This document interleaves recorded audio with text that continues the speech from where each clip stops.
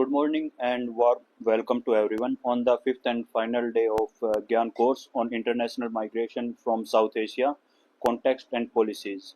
Over the past 4 days, we had the privilege of engaging with distinguished scholars and thought leaders who have offered valuable insight into the complexities of migration in the South Asian context. It has been a deeply enriching academic session, and I hope the sessions have inspired new perspectives, critical thinking, and the meaningful dialogue among all of you. We are delighted to begin today's proceedings by welcoming once again our esteemed resource person, Dr. Radha Adhikari ma'am, from the University of West of Scotland, who will be delivering the first session of the day. Her session have consistently added depth and global context to our discussions, and we look forward to learning more from her today. As this is the concluding day of our course, I encourage everyone to maintain the same level of enthusiasm, punctuality, and active participation. Later today, we will conduct a short evaluation test based on the content covered during the course, followed by the certificate distribution and the closing ceremony. Thank you all for being an integral part of academic event. Let's us make the final day just impactful and memorable. Thank you. Thank you. I'll move there, Salah. I'll go there. Okay.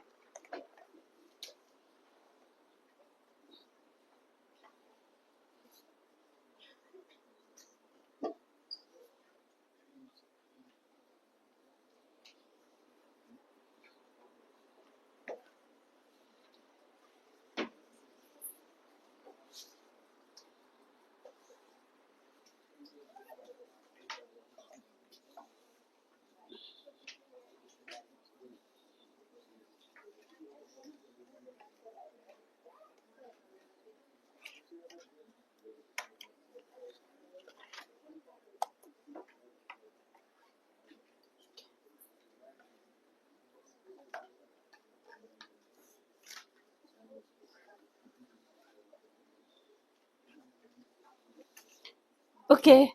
Good morning, everyone. Ready to start, yeah? Final day, concluding session. I'm very pleased to see you all quite happy and excited to finish and celebrate. Final day is usually for a big event like this is for celebration and bringing all those ideas together, putting together and summarizing everything and planning for future, like what we can do with this course and with this knowledge in our future career. Okay, so I would like to thank you for your engagement and welcome to engage continuously.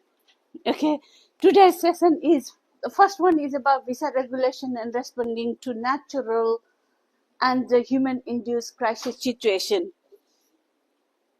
Sometimes natural and sometimes human-induced crisis situation.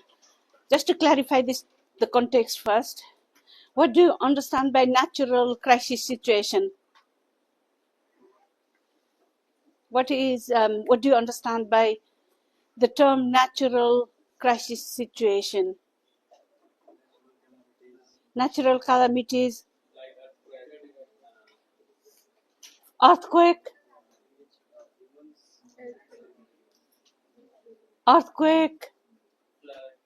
flood, drought, and cyclones, tsunami, disease.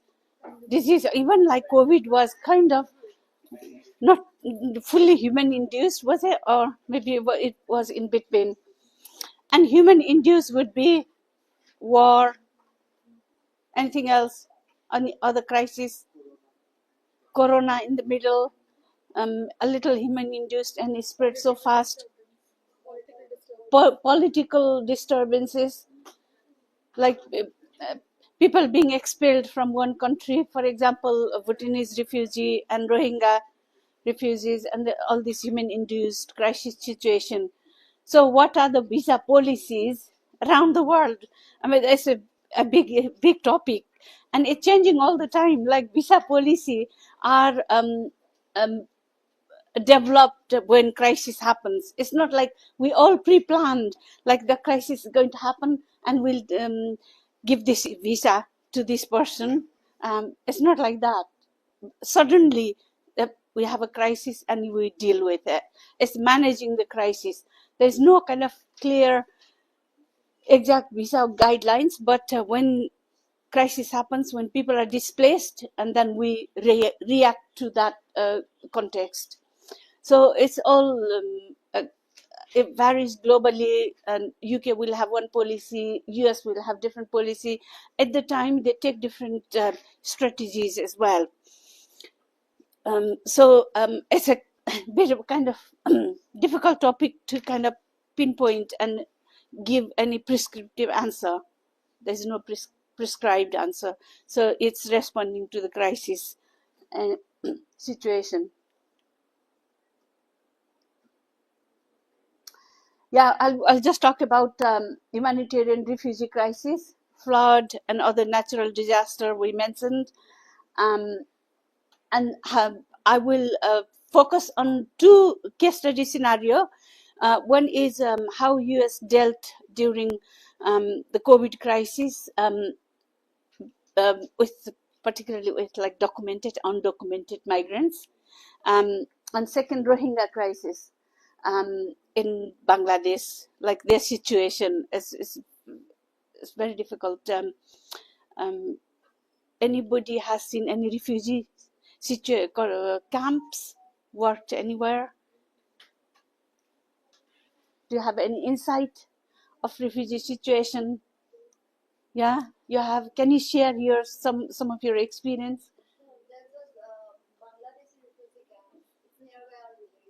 Okay, so what is the situation like there?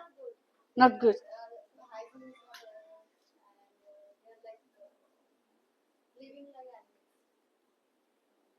And we in 21st century, and we're talking like we have people have reached the moon, gone to space, and they said in very under standard substandard situation, living like animal, and facing so many issues. um yeah so just going back to how the US dealt with, like I found some literature.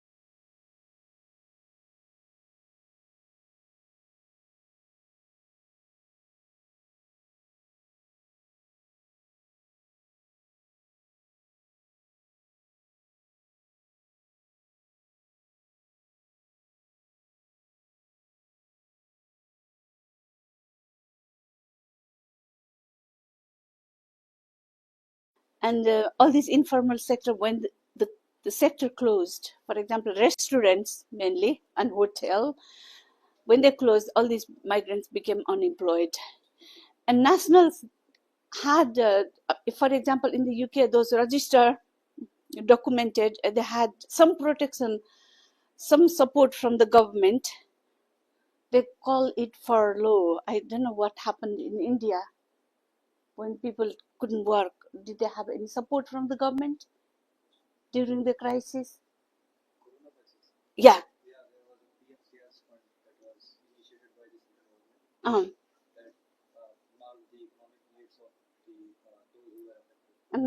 there was some support, yeah. In Nepal, I don't think there was any support, but in the UK, they had furlough scheme. Say I had a job, but I couldn't work in that job because the sector closed. The government will pay small salary every month. I think I went for a year, or probably some months. But undocumented migrants didn't have that facility, and they were not receiving. So their income went down. They lost job, income went down, and exposure to occupational risk. Those documented migrants, for example, nurses, doctors, essential workers in the UK and also in the US, for example, lorry drivers, people who drove food from one place to another, food and essential items, and medicine, other supplies. A majority of them were migrant workers, low-skilled migrants, and they were at risk, exposed to virus more than those who had the privilege to stay inside the house or in their nice compound. So they were exposed to more occupational risks. Does it make sense? Yeah. If it is not, if you have any other idea, just say it, because it's a safe place. You can share your views. And higher rate of COVID-19 infection. In the UK, there was like so many headline news every day that they call the term black, Asian and ethnic minority people, basically non-white, non-British white, non-white. They had higher rate of COVID-19 infection than the white and native people, because they were exposed to more COVID, and they had to work. Other people, when other people had the privilege to isolate themselves, all these essential workers, they worked and they were exposed to COVID more. Their exposure rate was higher, and the media was saying because of their living condition, because they were poorer.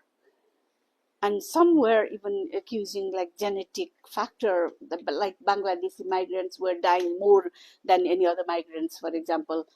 It was kind of making racial stereotyping like comments. And more doctor and nurses were from BAME category, Black, Asian, and minority ethnic groups. Yeah. And undocumented migrants, of course, have poor access to healthcare. It's not just about having passport and right visa, but undocumented migrants will have to face different set of challenges.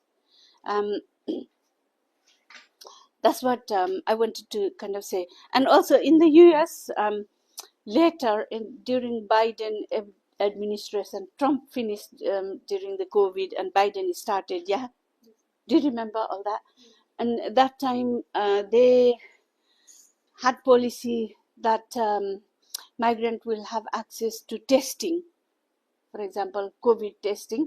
Before that, they didn't even they didn't come forward for testing or immunization because of being like they felt that they were being at risk of kind of getting spotted and deported back home, kind of thing. They didn't want to have any record of them accessing healthcare, the fear of being deported, basically.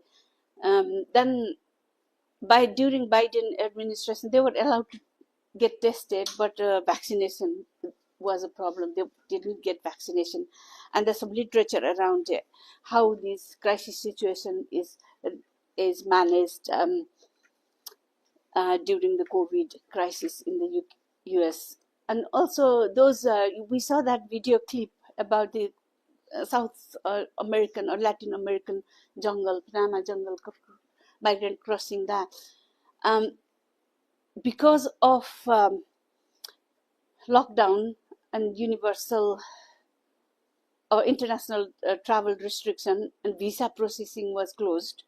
They didn't have, like, those who were planning to go to US or travel out to other countries, they didn't have visa in time, and some were so determined they managed to get informal route to migrate anywhere. They walked because they couldn't fly. They walked, and so number of irregular migrants was increasing during the COVID.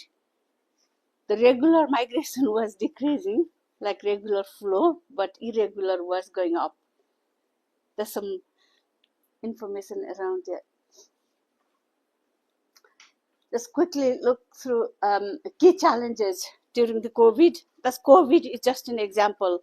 It could be like other disease pandemic, or other natural disaster. Travel restriction, no transportation was available in early days. Suspension in visa processing. And also when they had vaccine and people started moving about, and they needed to have a certificate of negative COVID test to go anywhere. Even I got locked in the UK, and I wanted to come home. I was there for so many months and 2 years almost, but I needed to have negative test, and also COVID vaccine record from the government. So I had to prove all that to buy a ticket, for example, to go on board. Yeah. For migrants, when there is a drop in their salaries and incomes, and undocumented migrants, it's difficult, isn't it? Like, how can they provide certificate if they don't get COVID vaccine, for example? All the challenges, many challenges were faced by undocumented and Rohingya refugee in Bangladesh. Can you imagine? Approximately 1 million people living in a small crowded camp during COVID. Yeah. They faced lots of discrimination, lots of stereotyping, harassment. Forget about COVID or a big pandemic. People in refugee camp, in even normal situation, face lots of challenges. Can you think of any challenges they face, including like substandard housing and accommodation, cramped situation? Any other? Employment. They don't have job, and they're not allowed to work, and quite often no income if you don't have employment. Food security. Yeah. Schooling is major issue. Children don't have a proper education. Healthcare system, the basic healthcare system doesn't exist. Education, sanitation, basic living standard, housing, water, sanitation, food, schooling, all this basic stuff, plus healthcare. And I'm sure you heard of gender-based violence. Lots of it. Like, there is lots of literature around people living in refugee camp experiencing gender-based violence, like women getting raped and across the world, not just in Rohingya. Trafficking is another major concern. Yeah.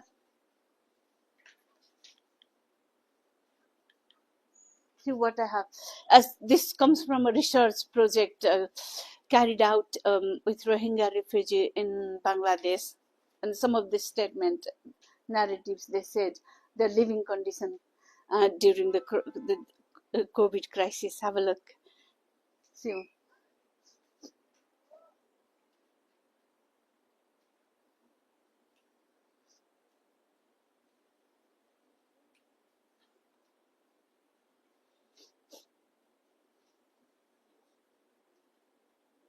Yeah. So what do you feel when you read that, and when you hear that? It's just some examples.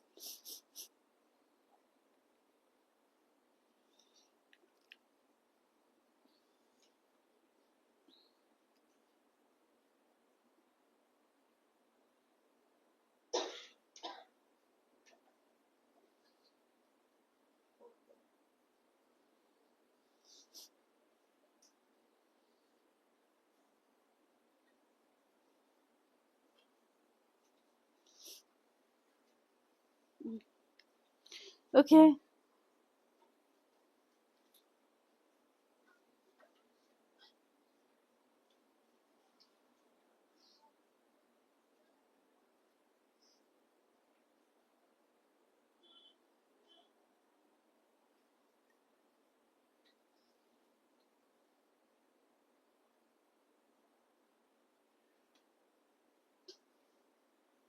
Yeah, I think these statement say the main points we covered, like food security, education, and the future basically is lost identity and abuse there. You could see abuse as well. It just feels almost inhuman.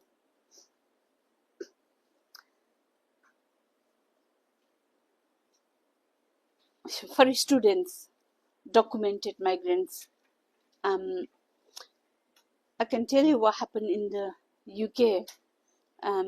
Students had to travel. They went to the UK to study, but they were not to go to the university to attend classes in person, but they were to study online anyway, um, and without any support from families and all that constant media, um, news media telling like people in Asia were higher at risk, and in Africa, the UK news actually was like suggesting that the people in Africa all were going to die basically, in Asia as well, like in India, because people live in a small place, overcrowded, and 2-3 generation of people living in the same household, and young people go out and they bring virus and they share it with elderly grandparents and they will die, kind of stereotyping news. But considering what the news media said, I think Asian country did really well. It wasn't that bad as the news suggested. Um, for international students, seeing that from like living in the UK or in the US, and for Asian student or any international student, it was almost a torture living in prison basically. And for skilled workers as well, and healthcare professional and essential workers, I did research with migrant nurses in London, how they felt about their experience of first wave of COVID-19 coming to London. How was it like for you to go to work? And they said it was like the stress they never felt before, and so many of them were ready to quit. I can't work, risking my own life. I'm going to resign. Then some went to work. Some went to work and stayed in hotel and in hospital accommodation because they didn't want to bring the virus back home, and some got virus and they were isolating in their own home, and the family were living in next room in their own home. Of course, that probably happened in India as well. And seeing like news was bad. They didn't want to watch television because all this was in the television was how many people were dying, no vaccine, no cure, nothing, and the fear was just so great, and they didn't want to watch television. They closed the television, and they felt like the British news was broadcasting all these dead people, doctors and nurses, putting their picture in television, and nurses said, "This is going to be me tomorrow." So I don't want to watch it because all my colleagues are dying. I'm looking after my dying colleagues. It will be me there tomorrow in hospital bed and me in the television screen, so I don't want to watch it. That's what they felt, and the fear was really great.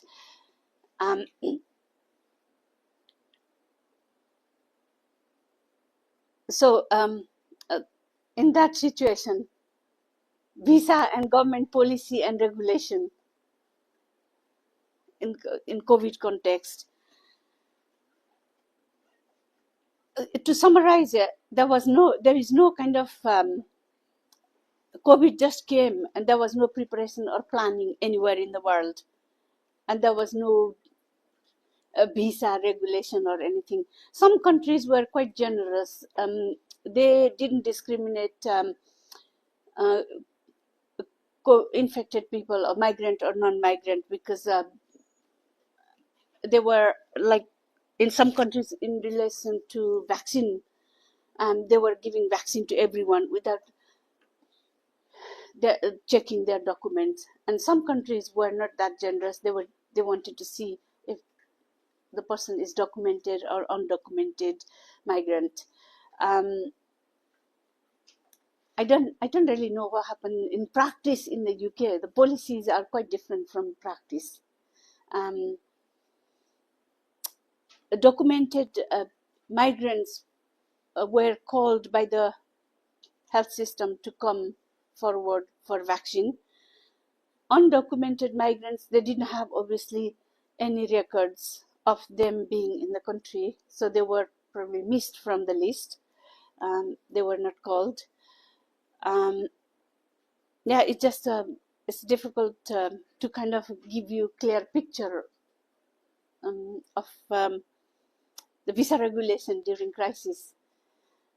For refugee and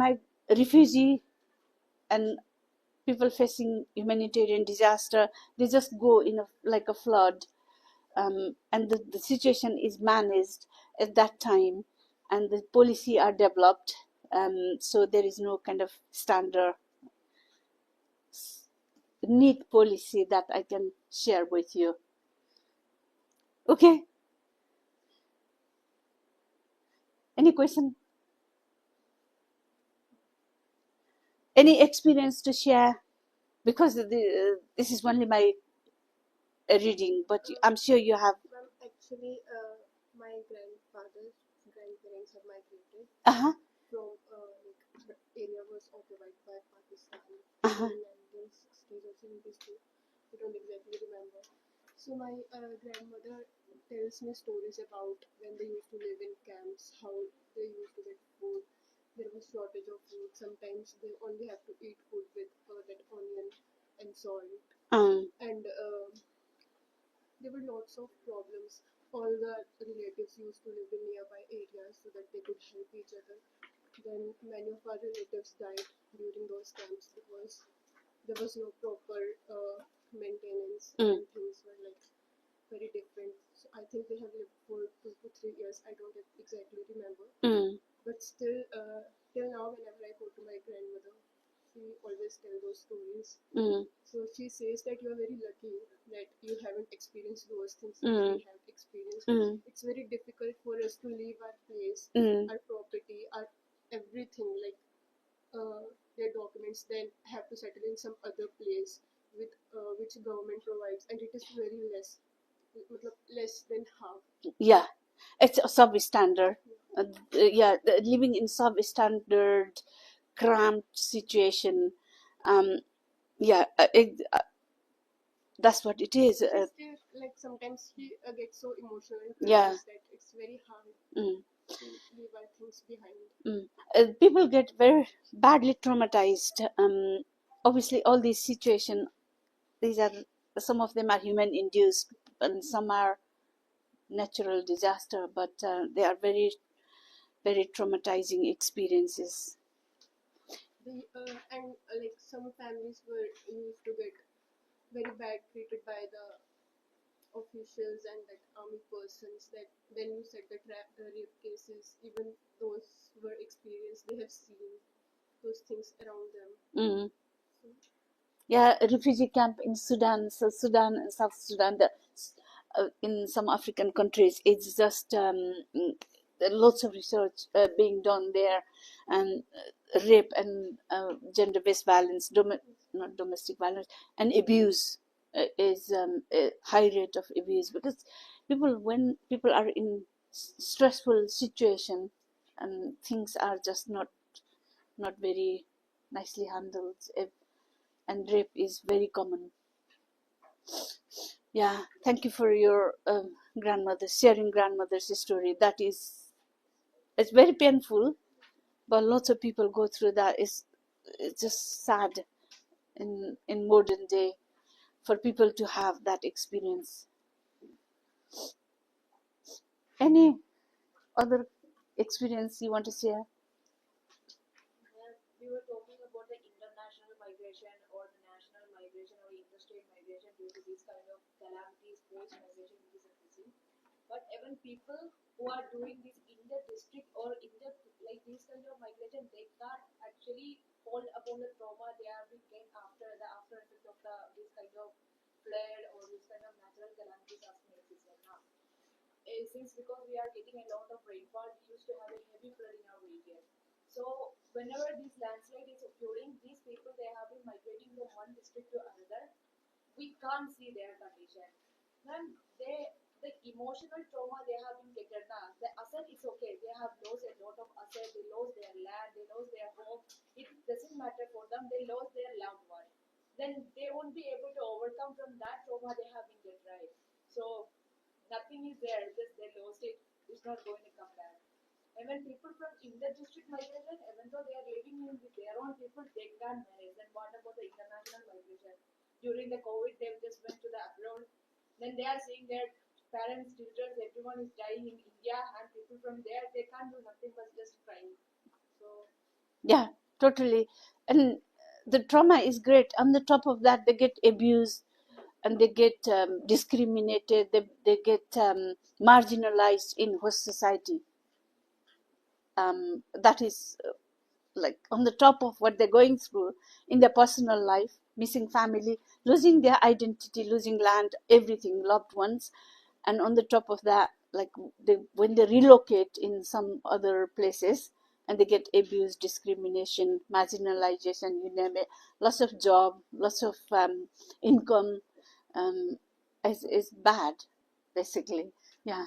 So that's the current situation, and the policy is there is still a lot more needs doing to protect migrant workers, both documented and undocumented migrant workers. And is there any literature available on the migration of Tamil Brahmins after the Justice Party movement? Migration of Tamil Brahmin, Yes, ma'am. I've not looked into that. I'm sure there is, you will find literature, definitely. I know somebody is doing research on Tamil Brahmin women. Maybe she will be able to, somebody from South India doing a PhD on Tamil Brahmin women. She will probably know. I can, if you remind me, I can put you in touch with her. So her field of expertise, yeah.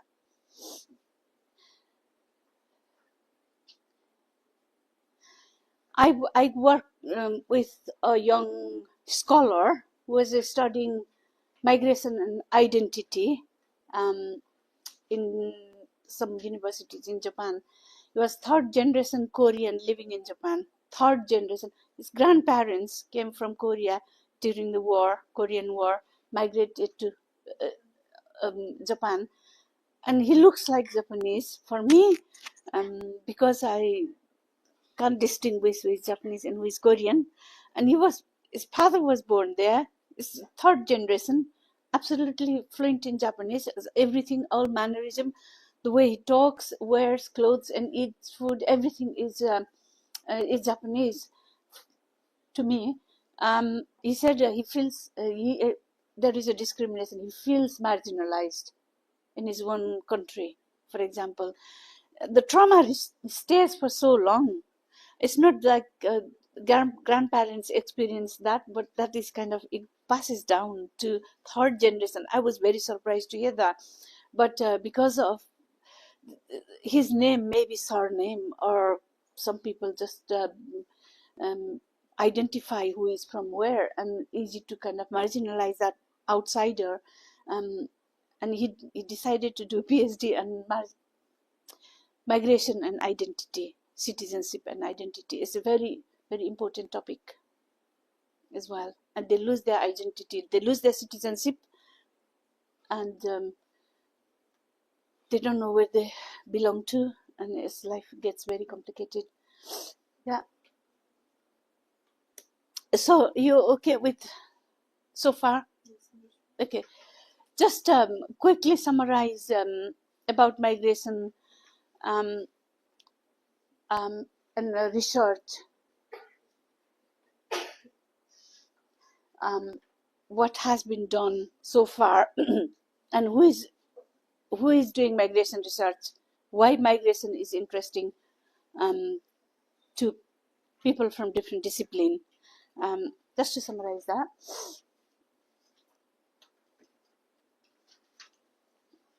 It has been studied by the historians. They go back to kind of, when we look at history of migration, the literature available from like what happened in 17th, 18th century, 200, 300 years ago. All this, we heard a few days ago that the original research literature are about people moving from developed to developing countries. Then probably the term developed and developing were not there. They didn't exist. These are new terms. The rich and poor countries at that time. And they also say land poor and land rich countries. Some countries have so much land and not so many people, and other countries have so many people but not so much land. For example, European countries that didn't have very clear boundaries then, 1800. European didn't have much land, but there's lots of people living there. America was empty, for example. Yeah? North America was empty, almost empty. People didn't live there.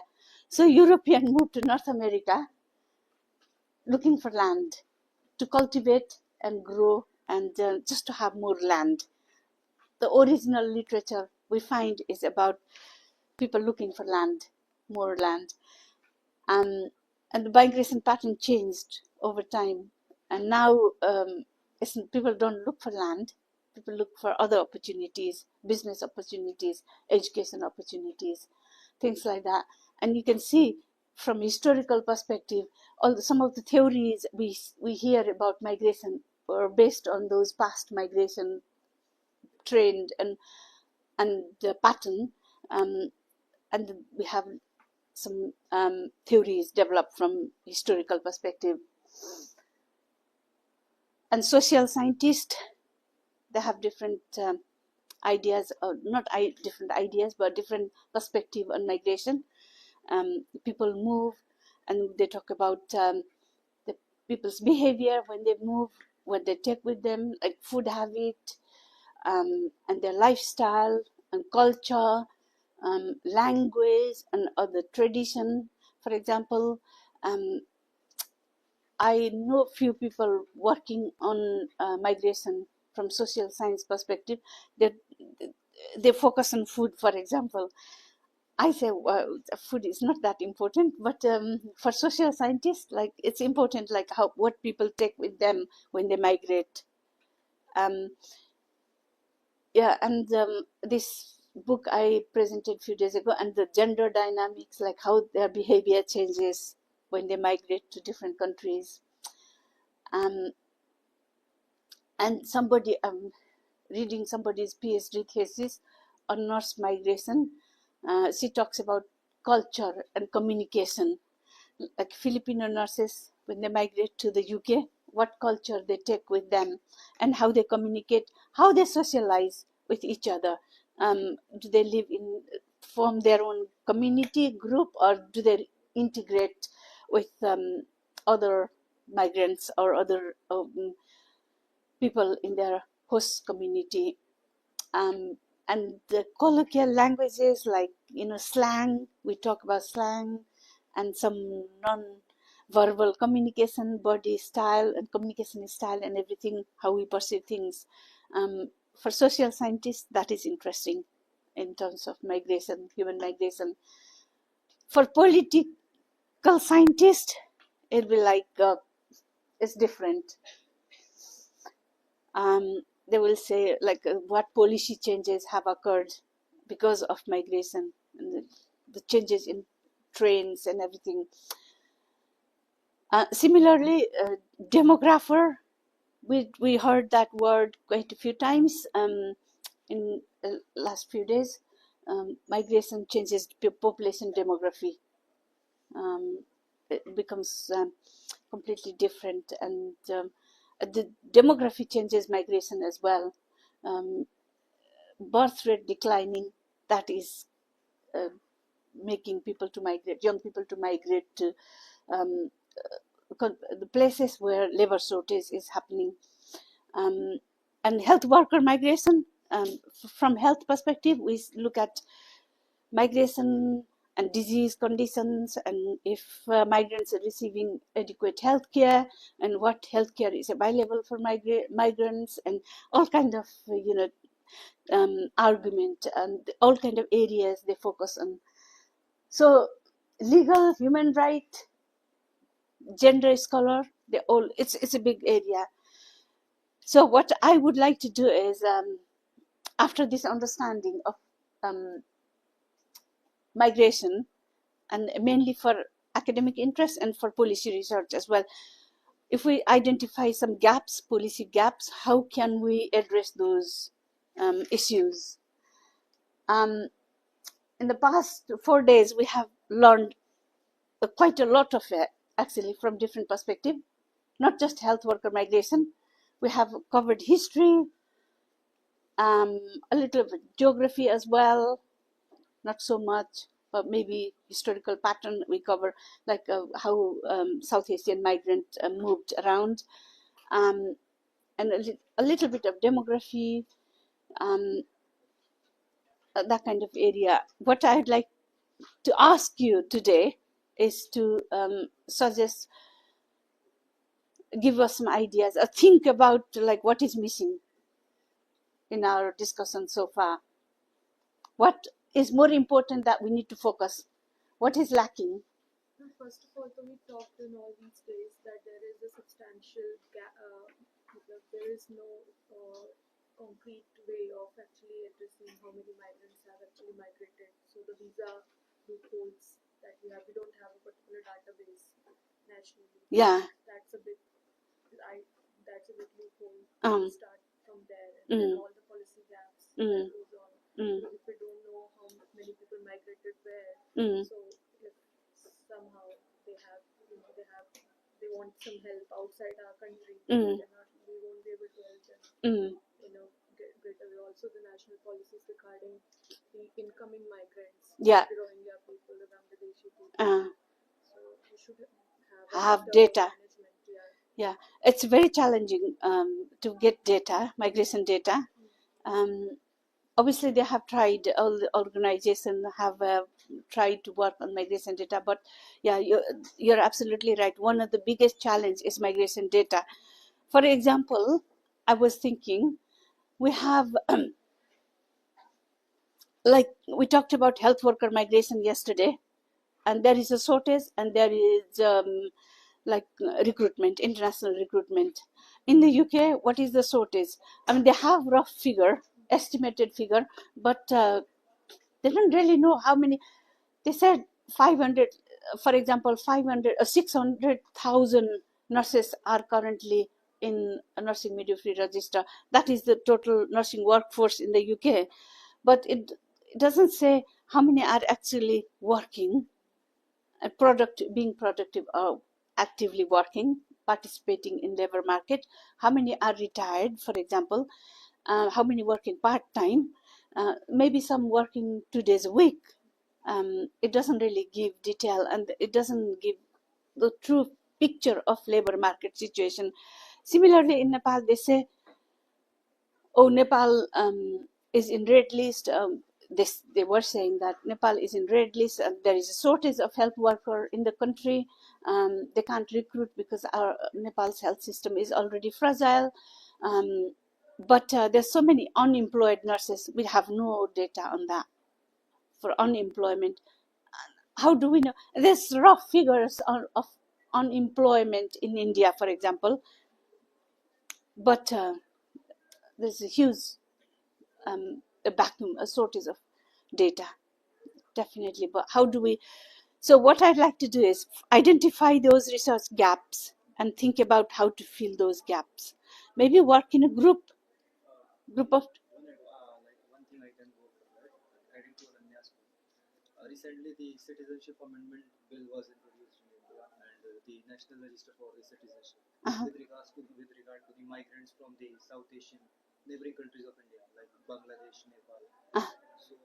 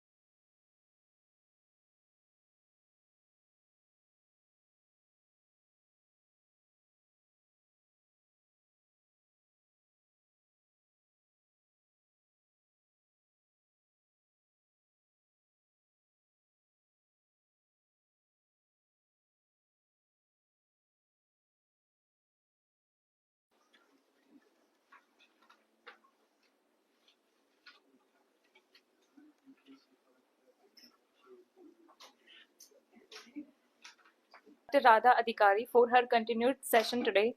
In session 2, Dr. Adhikari will be speaking on changing immigration pattern and visa policies in the time of crisis, surviving the global COVID-19 pandemic, a topic that remains highly relevant in the post-pandemic migration discourse. In session 3, she will take us through current focus on migration research, exploring different problem areas, offering a broader view of emerging research trends and challenge in the field. We are grateful for her sustained engagement throughout this course and look forward to the rich knowledge and thought-provoking insights she brings to these final sessions.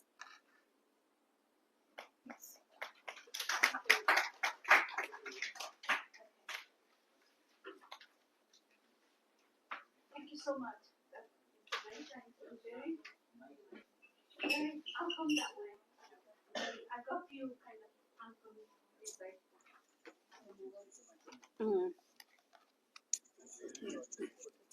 Yeah. Thank you.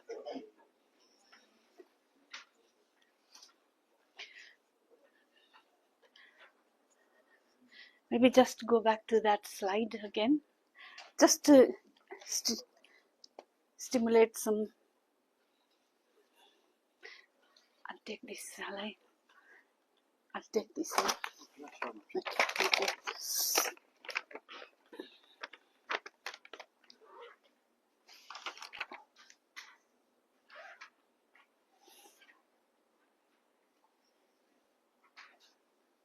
That's the last visit. I think so. Or no?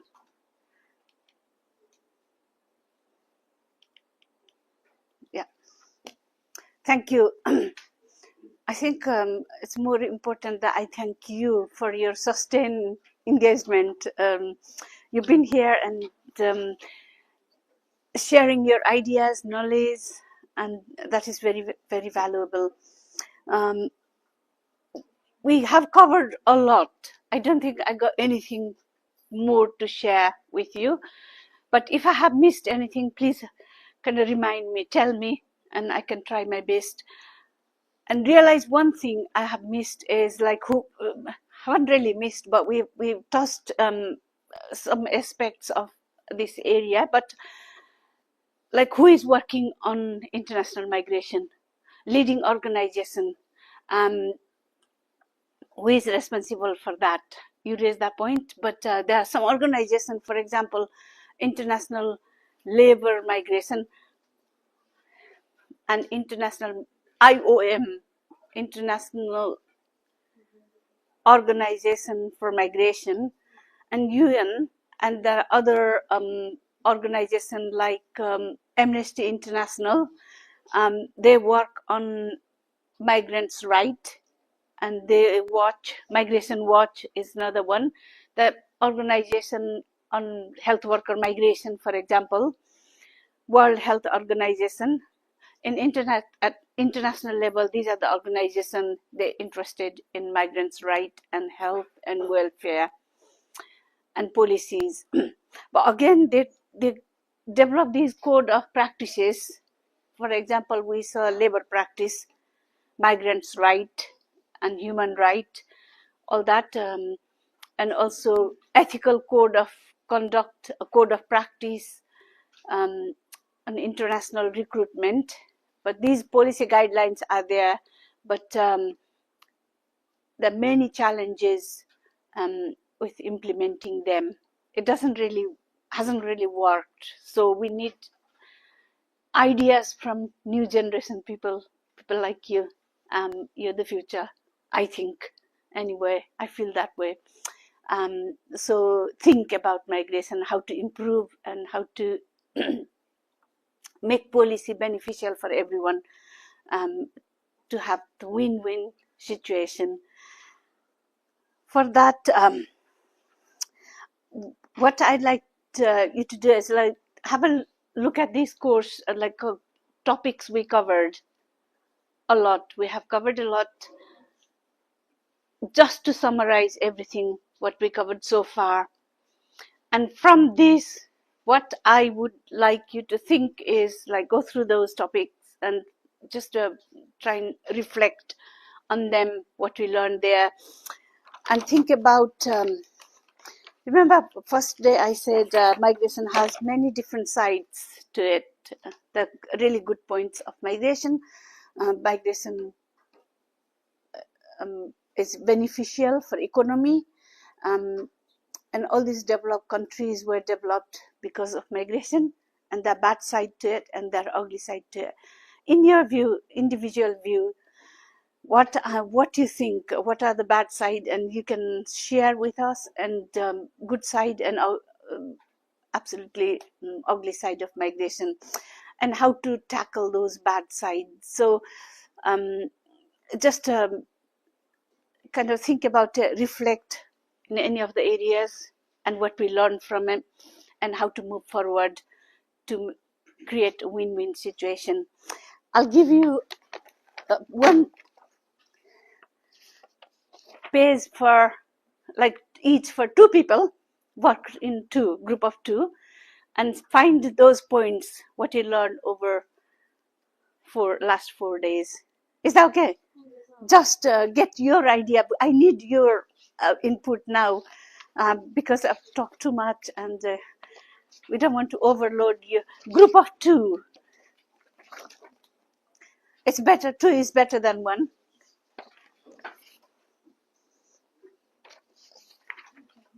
You two.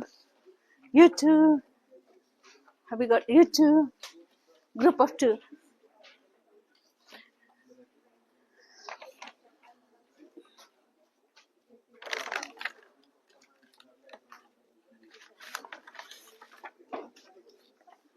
You got, everybody got some paper? What will I like is think about, these are just two kind of pointers. If they trigger anything, that was really good from any of the case studies you heard. That was good about migration. That is good about migration. Even you can go outside these courses anyway, those sessions. In your absolute understanding, what was good about migration, what is good about migration, what was good in the past about migration, and what was not good, or what was bad, or what was really ugly in the past or currently, and how to move forward and future direction for migration. Okay, I'll give you, oh, I didn't bring my mobile. Time about, say, 20 minutes to brainstorm. Okay, it's 12 o'clock, 12:20.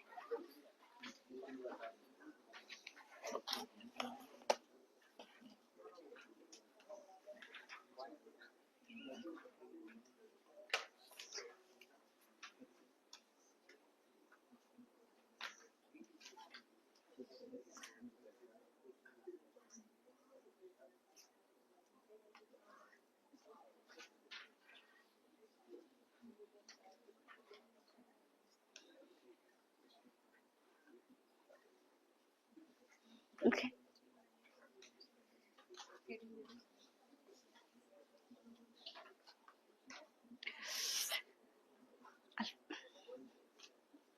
Go and find my, oh, okay. Yeah.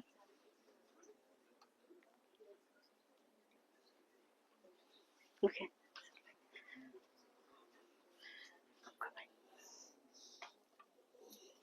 Just looking for one time.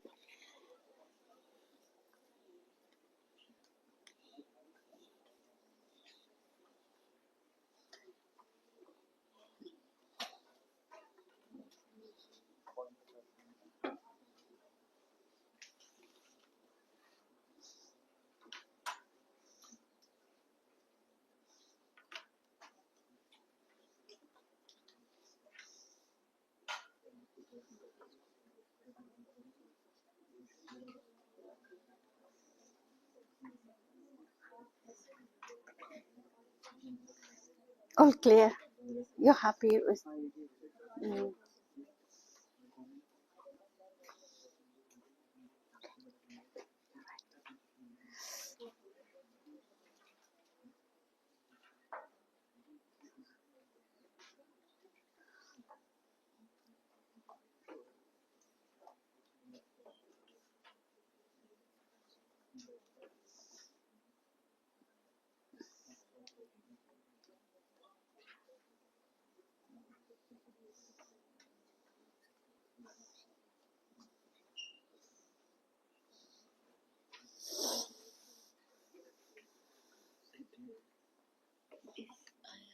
concisely see it, what exactly should we write? The pros and cons of what we learned or what we have? No, from like you have 20 session, for example, or 19 or 18 or whatever. In your, forget about the session, but these are just to trigger and what is in your understanding what is good about migration. Positive about migration, what is not so positive, and what is really need addressing urgently about migration. Okay. We can even include the temporary post-migration. Yeah. It's all migration, but what is good, like what is not so good, we need to address urgently. And future direction, which way we should go. It's your view. Who knows?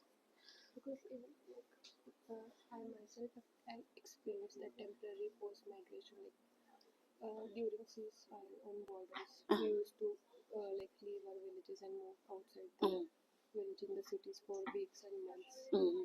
So at that time, like the government has some like important. They haven't made any policies, but it's like difficult for us to move at night.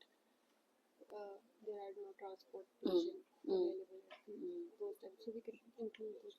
Your personal, yeah, absolutely, it's important.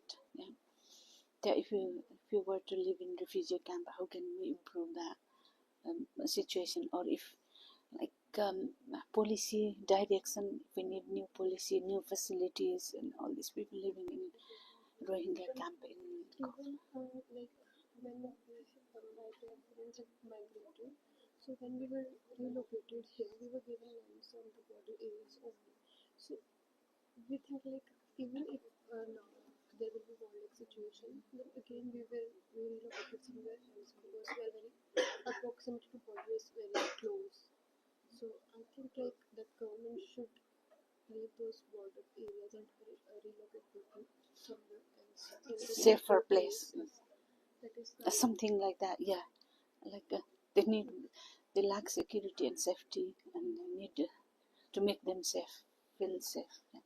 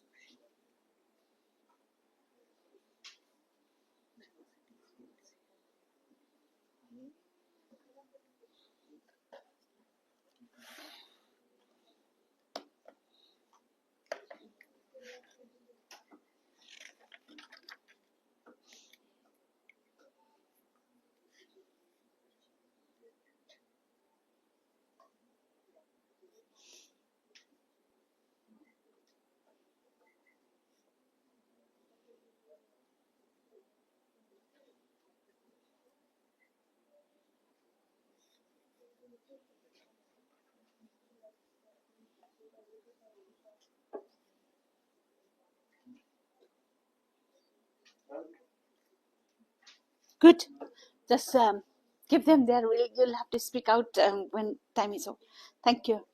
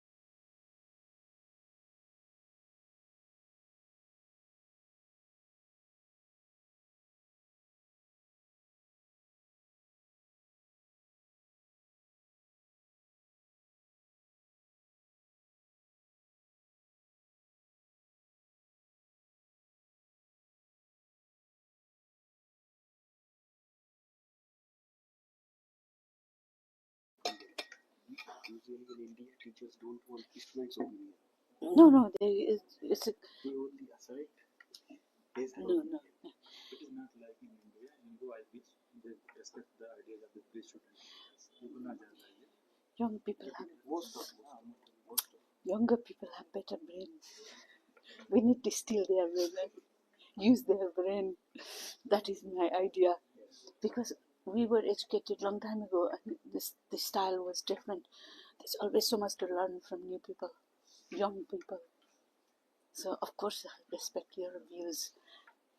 And then if you are the one to become future leader, and we're retiring soon, so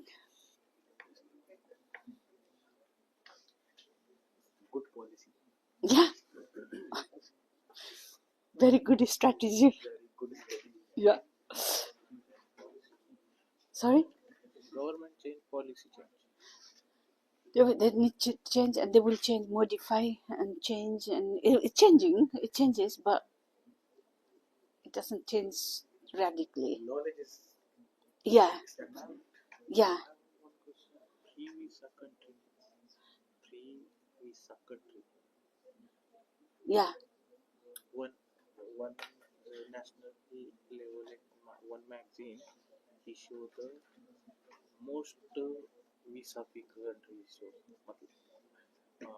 India only 20 countries visa. yeah, What is I know. So you that need, depends on the ranking of the passport. yeah, Passport. that's it. You have an Indian passport. I told you about. The passport ranking is higher, like Singapore or Japan. Then you will have more countries who will. You don't need visa. Visa You just go there If and you are a Pakistani citizen, then Pakistani, Libyan, Syrian, anywhere where the Nepali, Nepali, Bangladeshi. Sri Lanki, Ceylon. We all in the same. Pakistan के लिए भी visa नहीं है जल्दी में बहुत checking बहुत होगी Yeah, yeah. The the conclusion is like passport like matters. Yeah. You're not passport. It's sad in a way, but you could be so talented. To Pakistan, then he's showing last 10-year history. Okay. Writing where you living, where you working, where. Really? Yes. And because we are any nations. But I don't know what they do with me. Nepal. We are in a constant Arguing, fighting, yeah. 5-6 तक in one तक thing करता Pakistan. Mm. And I'm going to be Mm. So what is the time now?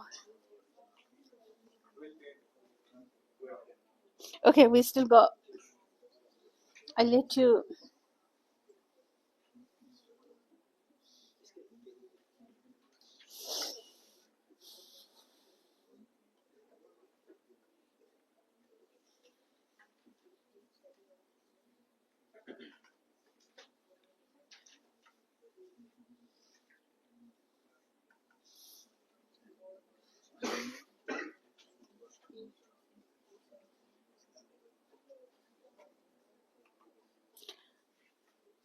Can I take some pictures of you working? Is that okay? With your, I want without permission. You've been so like attentive and working so hard, and so I won't do anything with this. Just take a picture of. Okay.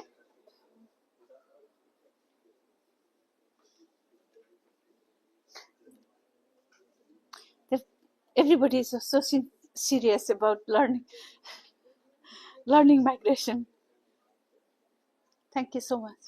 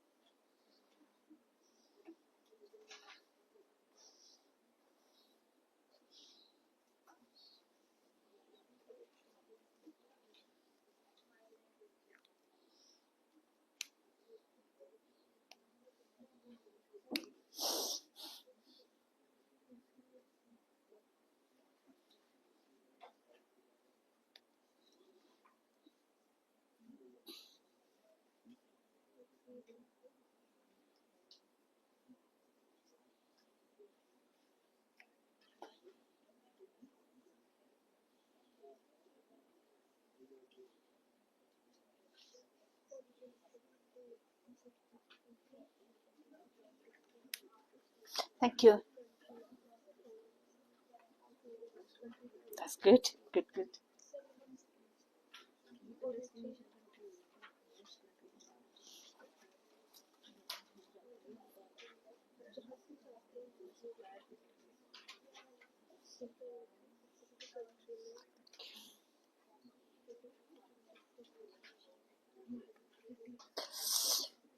Five more minutes?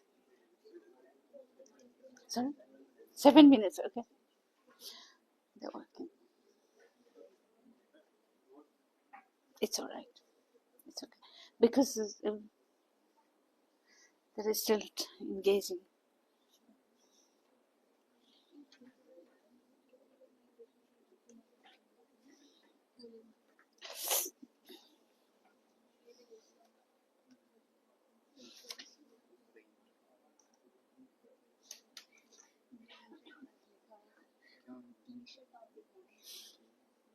I find Brendan a lot more used over than now I want to research in something else.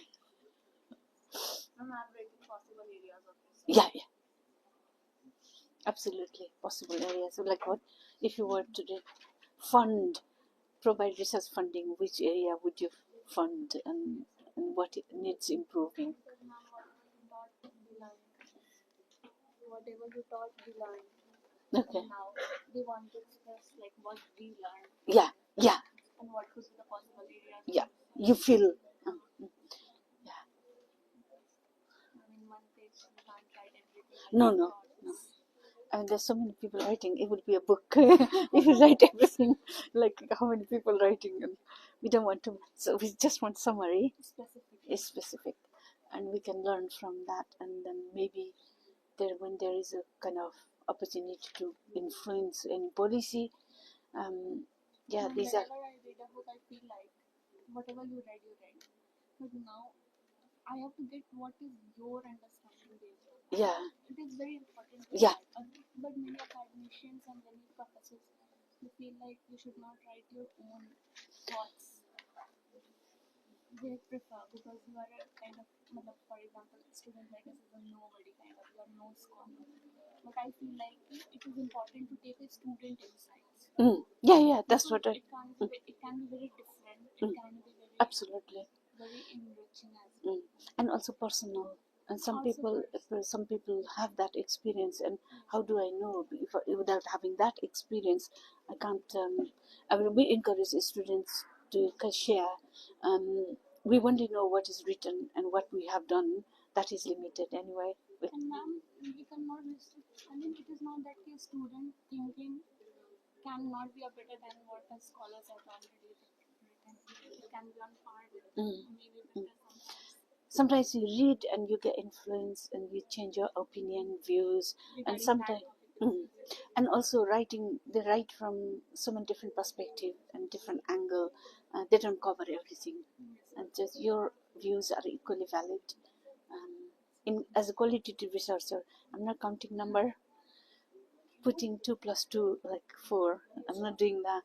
Like you got different. Yeah, absolutely, and different feature. Yeah. Okay, you doing great job. We got about 4 minutes, 3-4 minutes. 4 minutes. Thank you. But please. Okay.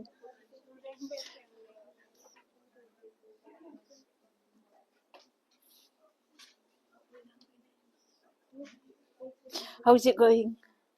Are you all ready? Yeah, I know and contributing this. Good, good.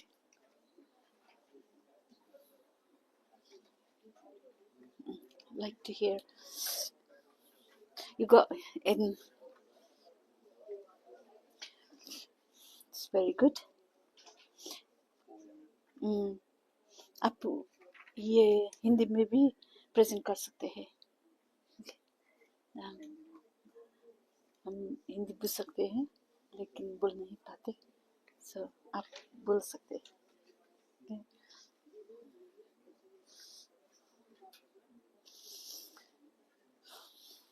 Almost, I know you finished long time ago, but 3 minutes left.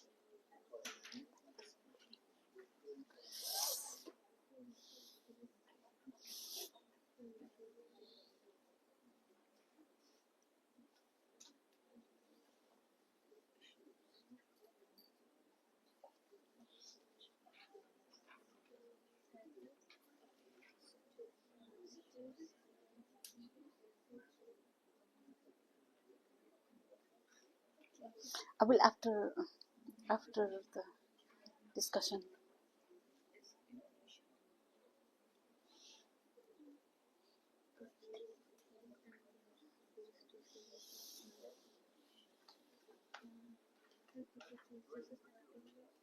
Finish, yeah?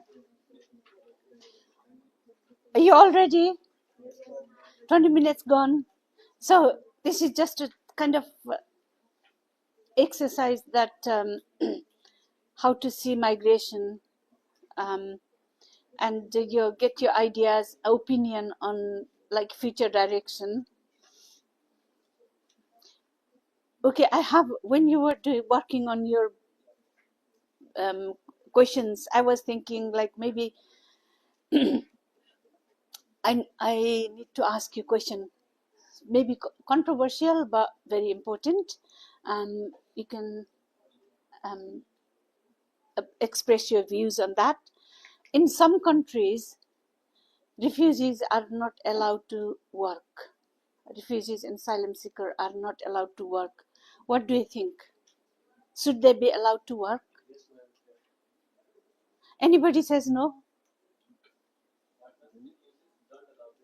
Some countries, refugees and asylum seekers are not allowed to work. Everybody says yes, they should be allowed to work or not.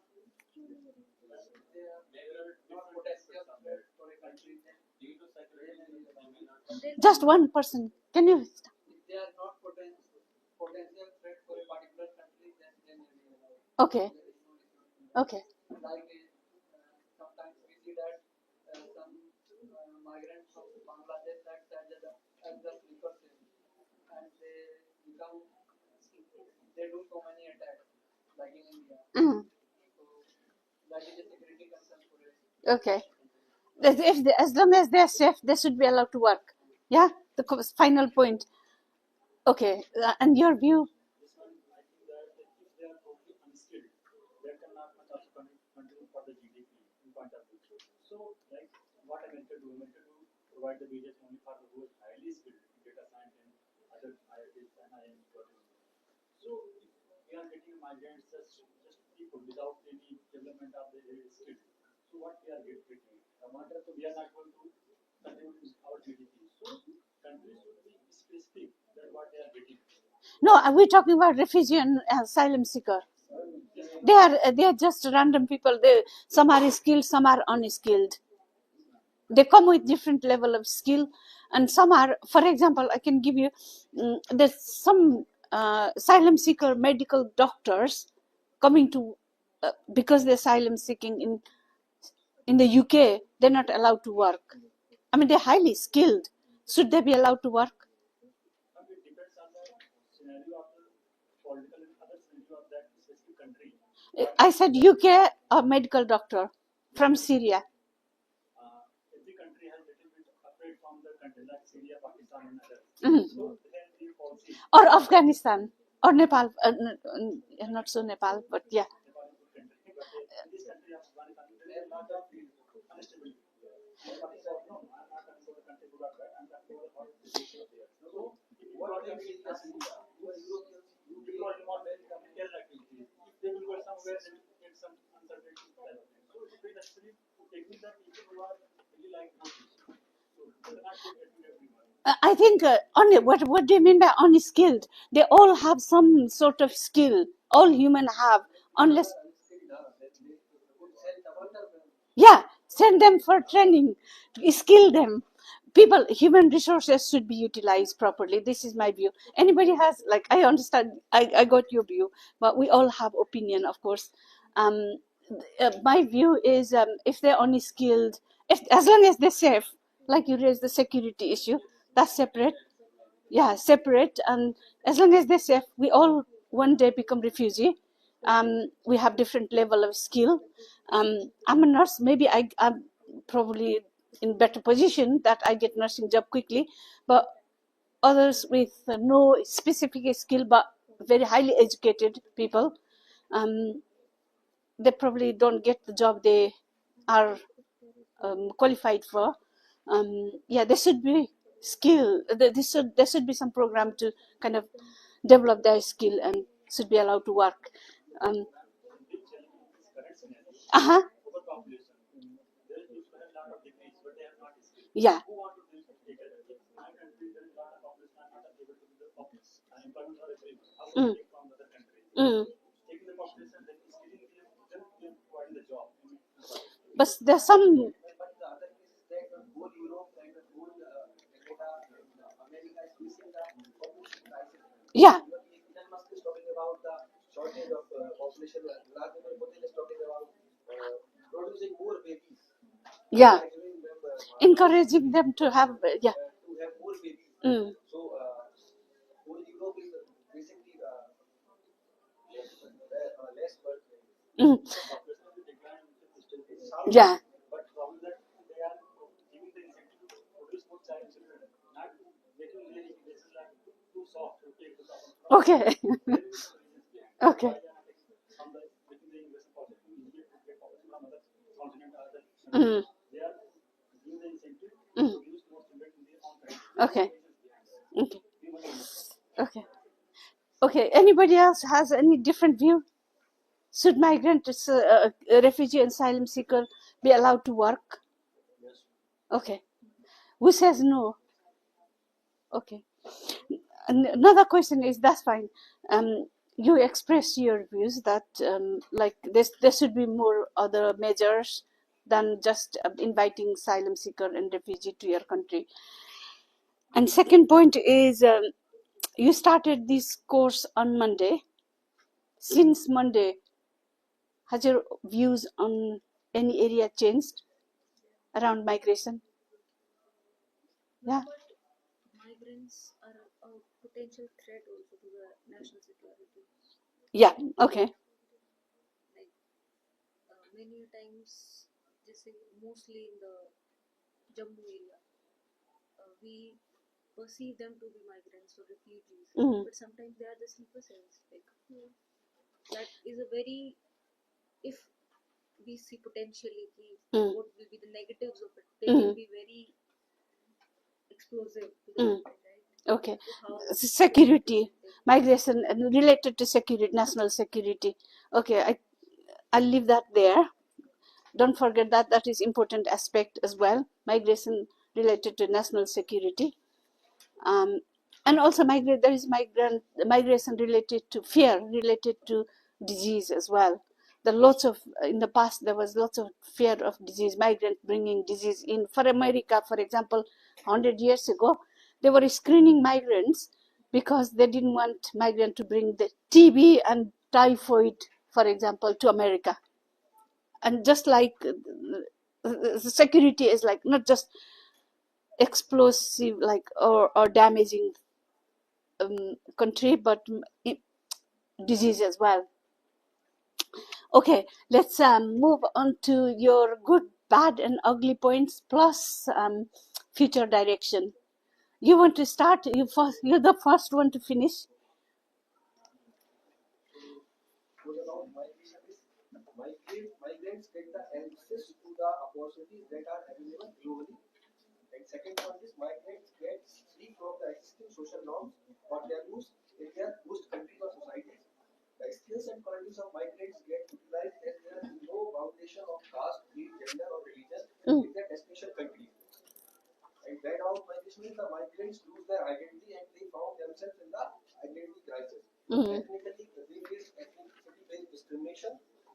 The institution of family gets disturbed due to the migration, and generals of migrant has to deal with the multidimensional discrimination. That is my good bad points about the migration.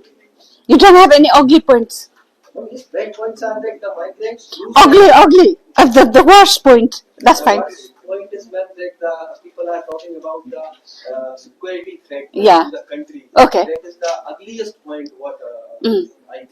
Okay. Good. Okay. And the future direction. In future direction, as per me, I am not very expert in social or migration. My view is that migration is a global phenomenon, and it's not bound to the South Asia or Japan or the South like the low-income countries. Migration is a global phenomenon, and we have to see in that context because America is developed by the migrants only. Like Elon Musk is also a migrant. Vivek Ramaswamy is also a migrant. Many more high net worth individuals are migrants. So and the countries in like France, UK, Germany, the migrants are causing a big problem. Religion-based problem or ethnicity-based problem. So we have to look in a very in broader context, wider global context. There is nothing gray. There is nothing white or nothing wrong. There Okay. are some gray areas also, and we have to evaluate and highlight these gray Okay. areas. Okay. Thank you. Can I take your note? Thank you. I'll collect this and I'll read again. Thank you. If you're happy with this, thank you. And you, who wants to go next? Let's just start from here. Good, bad, ugly, and future direction.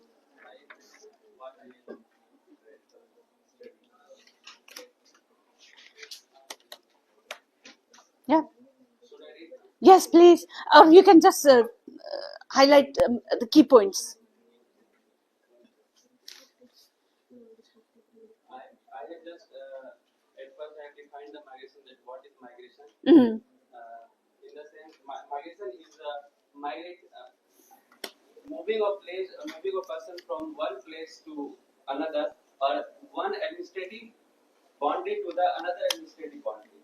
And if we will talk about the history of migration, it has started in the colonial period. The laborers or the workers migrate because to do plantation in the colonial country. And post Green Revolution, people started migrating due to attain the economic growth and better life status in the foreign countries.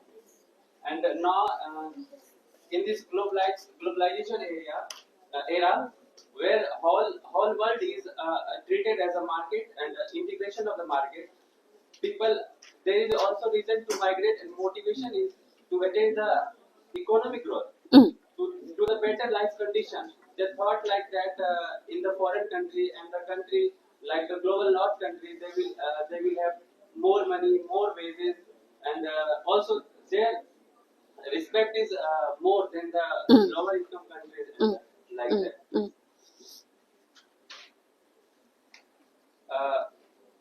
I think investment in such a large amount or huge amount in terms of lakh in the PPT there was up to they invest up to 60 lakh. It is not. It may be a burden like economic burden in their families, like they sell their land to migrate.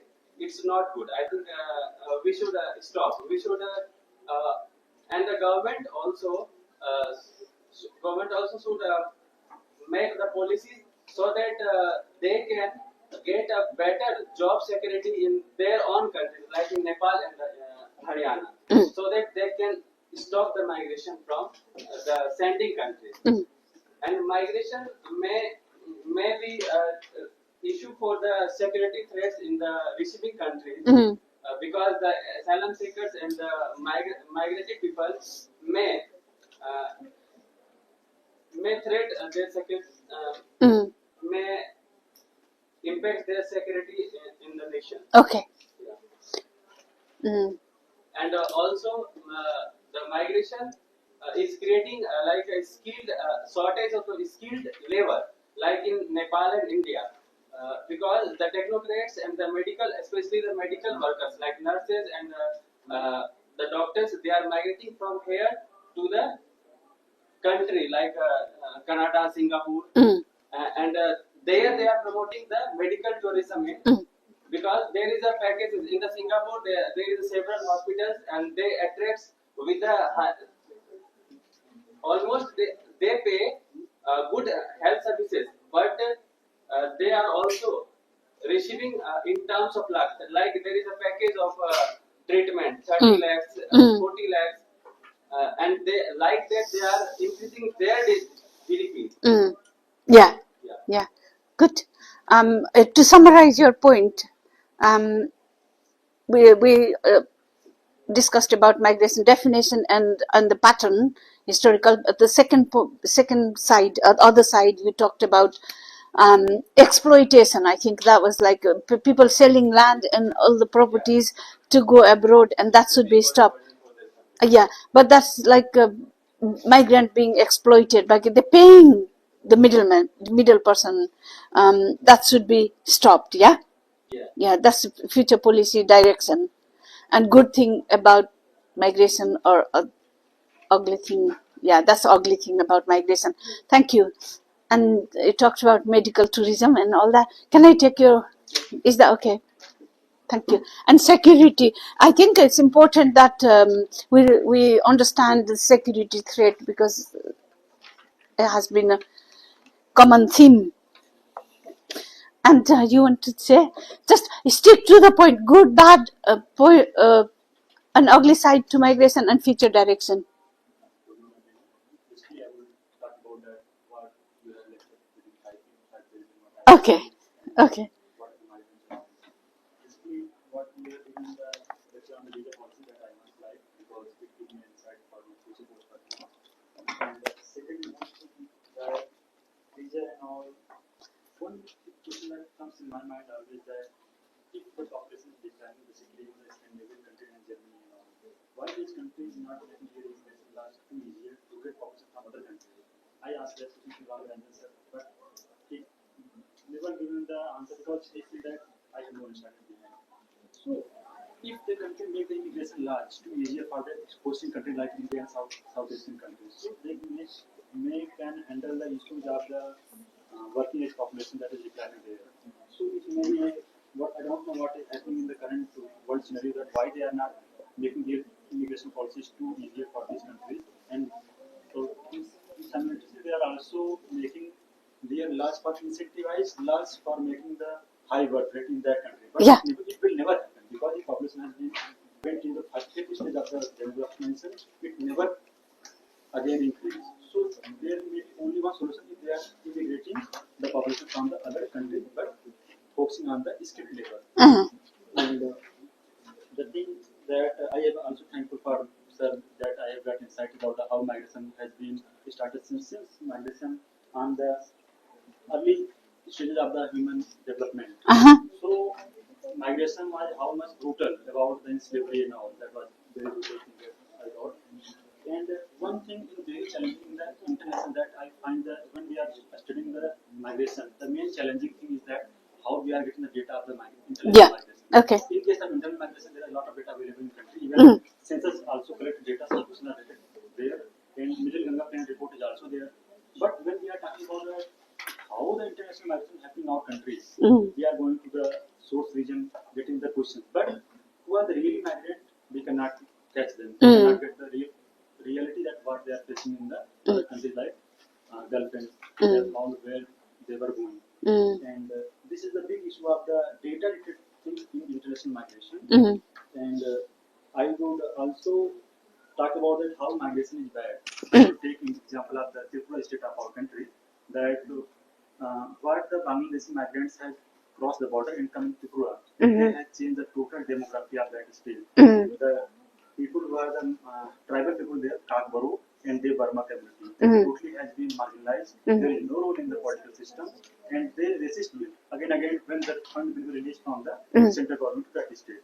So if the migrant is changing the demography of any certain state and marginalize them, so it is never good for that state. Okay. And how migration is good, I just want to take two examples here. First, Parsi population that come in 1660s in the country. How they have changed the economy, how they have made their initiative for the development in the country. I think that is best part of the migration in the country in context of India. And all other parts of migration, basically tourism, medical tourism, and if someone is coming from one country to another country, they are boosting their economy and all. That is the absolutely very right part of the migration. Okay. This is all. Thank you. Thank you so much. And I'll take your like if there is an economic benefit, migration is good. Yes. And if there's security threat, migration is no good. Yeah. Okay. So the conclusion kind of, and that's good. And you have just you can just be specific. So, have this induced migration ban and some policy implementation as per our norm. So, in migration good? Migration is good as it provides employment to unskilled or maybe skilled laborers. People who migrated from developing countries can have employment, food, political, social, and economic security while they migrated in a developed country. The developed countries can hire cheap labor from the developing countries or the poor countries, especially countries that have lower population. Those developing countries can supply skilled or semi-skilled laborers or workers from their countries to the developed countries. That not only reduce unemployment within the country but also strengthen the international relations. But here the model also is really helpful for reducing poverty and balance the surplus of laborers in abroad. And it also helps to upgrade the life of women and children and their education, health, and socio-economic status. Now, is migration bad? It creates a lack. It creates a lack of. I mean, sometimes the migrated family feels that they are lacking in their social or talent status, so they migrated to any developed country. And it also creates health-related issues, and there are no government subsidiary for them, and the children do not have the opportunity to go to school or have education, and the women forcing double burden like agricultural participation or old age people can also have some problems, and also it affects the overall well-being of the family, and also this illegal migration spreads terrorism sometimes, and agencies scam them, but it's also a burden for the developed countries economy. And now some policy implementations, strengthening international migration policies globally. State leaders should be engaged and be more mindful about the migration policies and safety of those migrated people. And the developing countries or from where they are migrating, they should be more mindful about the country's situation and provide some employment or security to those people that they don't have to migrate Mm. on the first place. Mm. And illegal migration should be handled in a proper way, and borders should be secure to prevent any terrorist attacks and uninvited migration. Mm. Uh, and also point out the migrated places where the people are migrating from where they are migrating. Mm. And government should establish some policies, and it should be reached to the migrated people. Mm. There should be army policies, and law should be maintained, and migrated people, I mean, how much they're migrating, and their previous status and current status that should be documented for better health and safety issues. Mm. And the refugee camp should have proper sanitation, clear water, and food. And migrated children should have the opportunity to attend schools and have education. Good. Thank you. Thank you so much for all so far. Okay, that was really good. And you kind of you said the government should have a proper retention policy and create job and respect people basically, and both documented migrants or also undocumented in refugee camps. It should be improved. Yeah, thank you. I think that's good. And the implication like care drain or care crisis you highlighted. Can I take your? Thank you. If you want to keep it, I can take a picture. Just to thank you. Please sit down.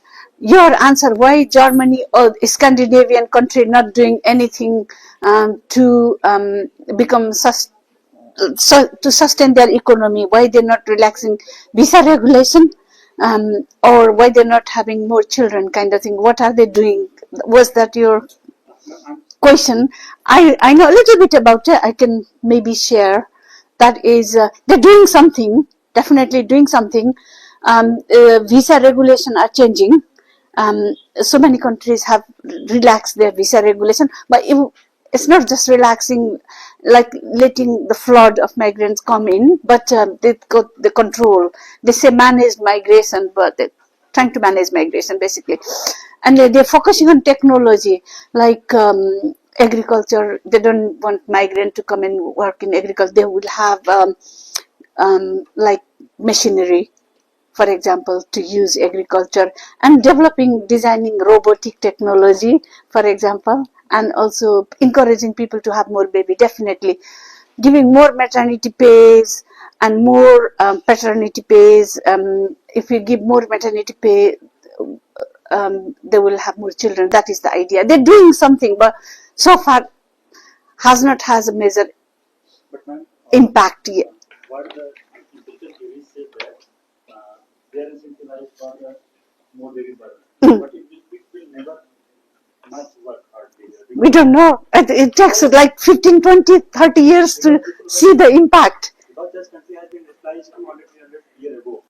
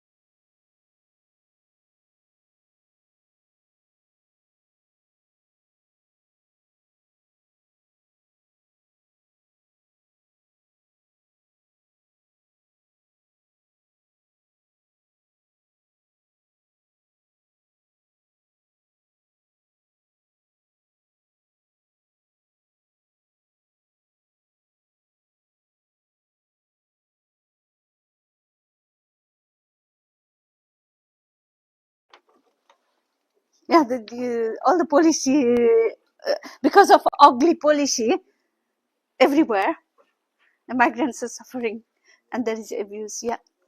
And from the ongoing Gyan course, we have some positive takeouts.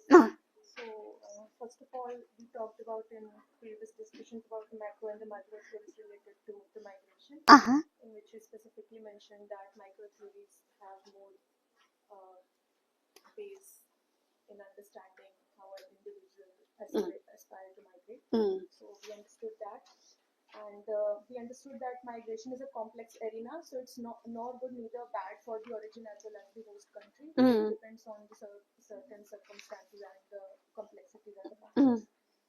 We understood about the historical background of South Asian migration that is happening throughout centuries and history. Key concepts like exchange migration, forced migration, step migration, brain drain, bit brain banking, and everything related to China. And then in-depth analysis of social networking, how social networking helps in promoting migration chain for future generation. And aspiration and factors affecting the migrational phenomena. Ideas of peripheral and core nations. We actually defined this idea, how this theory of core and peripheral nation is actually not helping in present scenario, understanding the migrational aspect.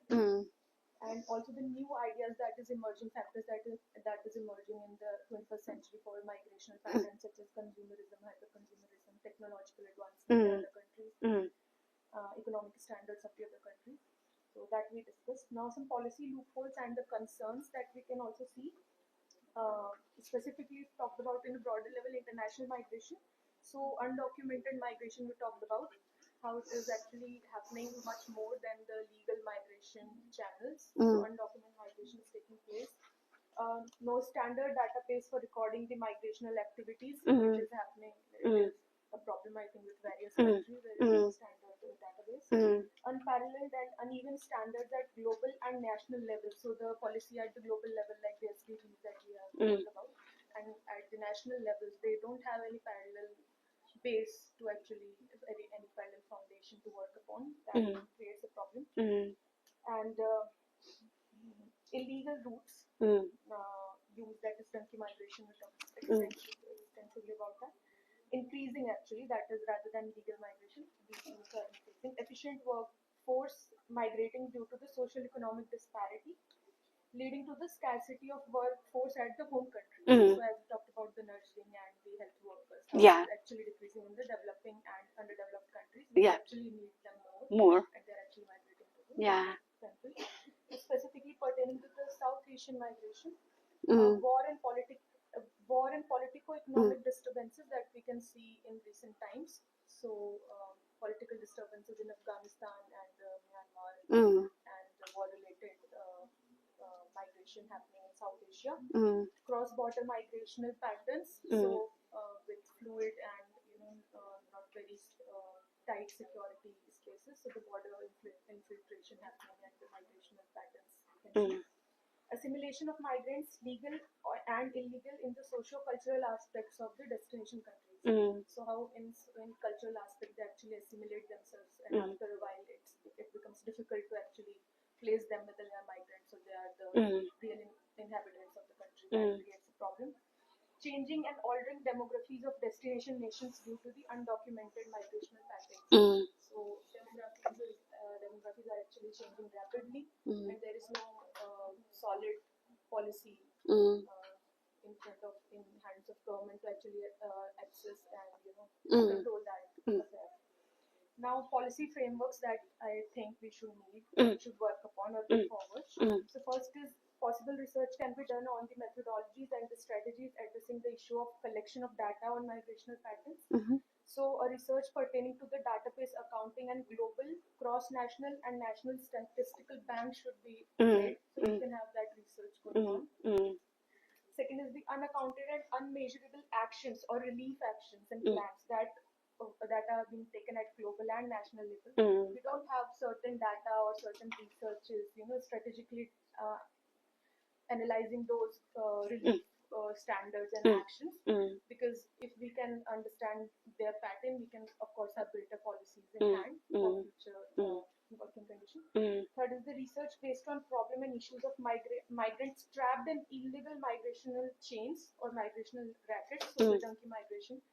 They don't have education, they don't have the knowledge to actually understand what is legal and illegal, but once they get trapped, you also talked about how they become loaned and actually burdened. They go back to the destination country, they cannot come back to their home country. So if we can actually figure out their case studies and we can actually research upon their case studies, we can have a solution, a substantial solution and policy to deal with such problems. And last, I would like to say that demographic and cultural or ethnic alteration as a result of migration. So how the demographics are actually changing, that can result to possible national security and ethnic alterations happening. So actually, I think government and policymakers can research on that and provide possible answers and solutions. Thank you.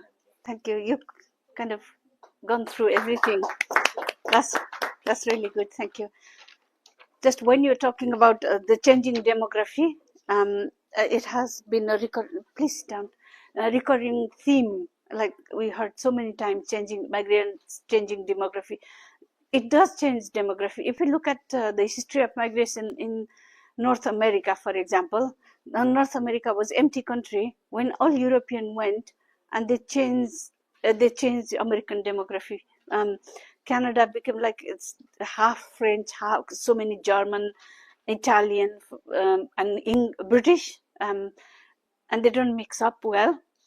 I know they all look white, so they think all Canadian would be like a, would have the solidarity, or it's not like that. So the point is we study these things as history. So being a history bachelor myself, we have studied this idea that Red Indians were the inhabitants and then people migrated to Europe. We don't have any serious research in migrational studies. How this happened and why this happened. Okay. We can actually stop it or maybe regulate it in certain ways so that the whole demographic transition won't happen. But here, we're talking about changing demography in India, for example, Bangladeshi migrant coming to India and changing demography, because this is so acute for you and you can see it and it becomes really important. But migration always has changed demography everywhere. So that's a really important point and important area to understand. You said we need to understand that better.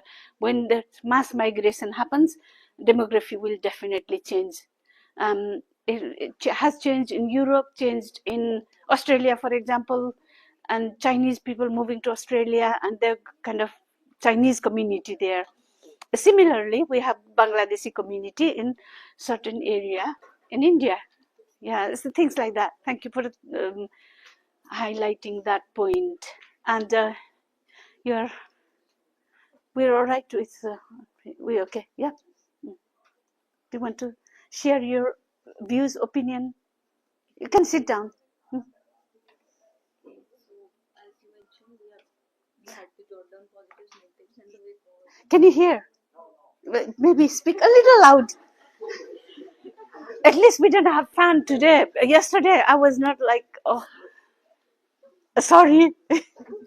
I'm sorry. Maybe a little loud.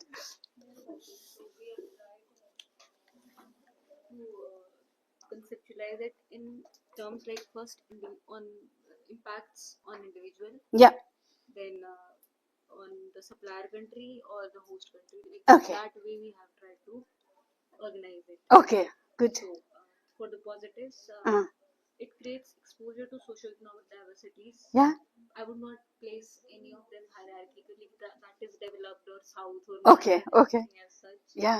So exposure to socio-economic diversities in all society. Okay, that's good. Cultures, economic opportunities, improved quality of life to an extent that differs. Which initiates individuals' enrichment on personal scale. Coming to the destination countries positives, can meet labor. The destination countries, they can meet labor demands in various sectors, like you mentioned. For nurses, they like for improving their own institutions, such as healthcare or other institutions. For example, knowing something about sports, there is like even import of sports person from different countries if they are performing well. So, from the supply countries, they receive considerable remittances, Yeah. which could further simply like they can be simply work as economic assistance, which could be further invested and can be used for the welfare. And also skill enhancements takes place because if a person is going from India to a economically developed country like Canada, so the skills there differ from what we have here. So that enrichment, if it comes back, then it can be a positive for the supplier country. As a whole world, it could lead to a global growth because if one country helps the other, then it could be a global growth. Brain gain for the destination countries is another plus point. Coming to the negatives, first one is the personal on the personal level. That is the emotional lag, as you also mentioned, long distance mothering. And Ritika would want to add her personal experience about this. A person moved from there. Like in as you mentioned that long distance mothering, I know like my one of my brother's classmate, his parents has moved abroad like from like past 5 years, but their child was studying here with my brother, and he has managed his board classes like 10th, 11th, 12th alone, living with their grandparents. So as I know him very closely, it's very difficult for a child to maintain regularly go to school, maintain his studies, and then also take care of its grandparents. And most important,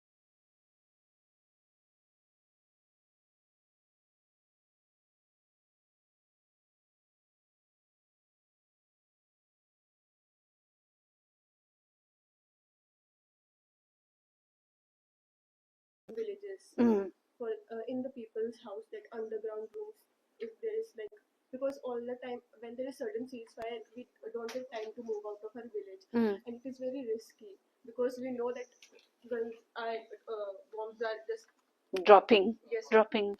So for that, government made bunkers, but it was not like fully implemented.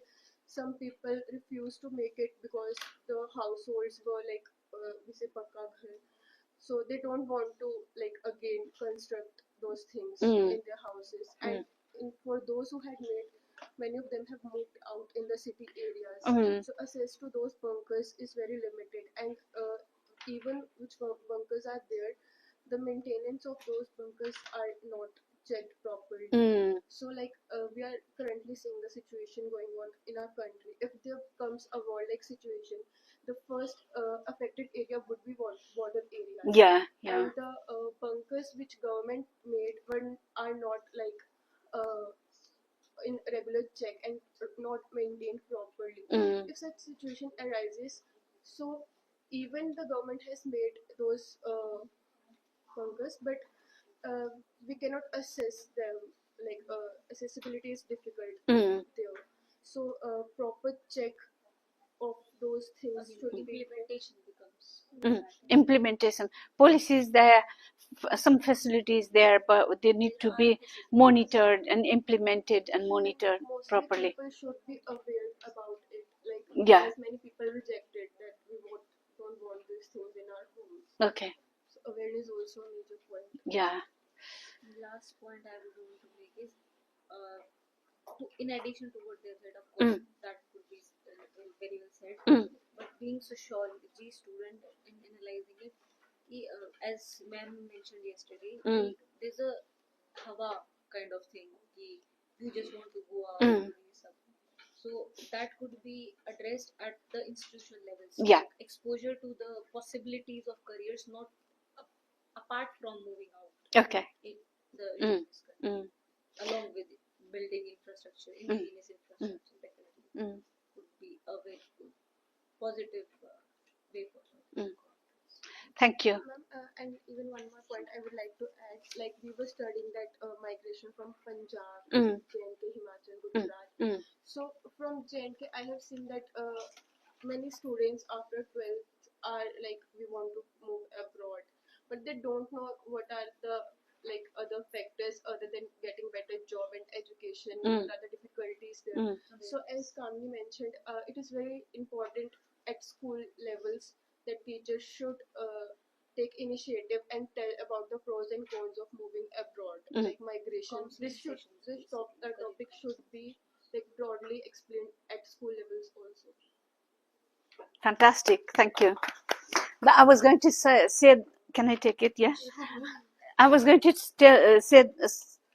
ask that point actually. Should the school do something about it? Secondary and university, should they be working, teaching students about migration and maybe stop donkey migration and thinking about migrants, our youth, basically, future leaders, right? And our future of our country.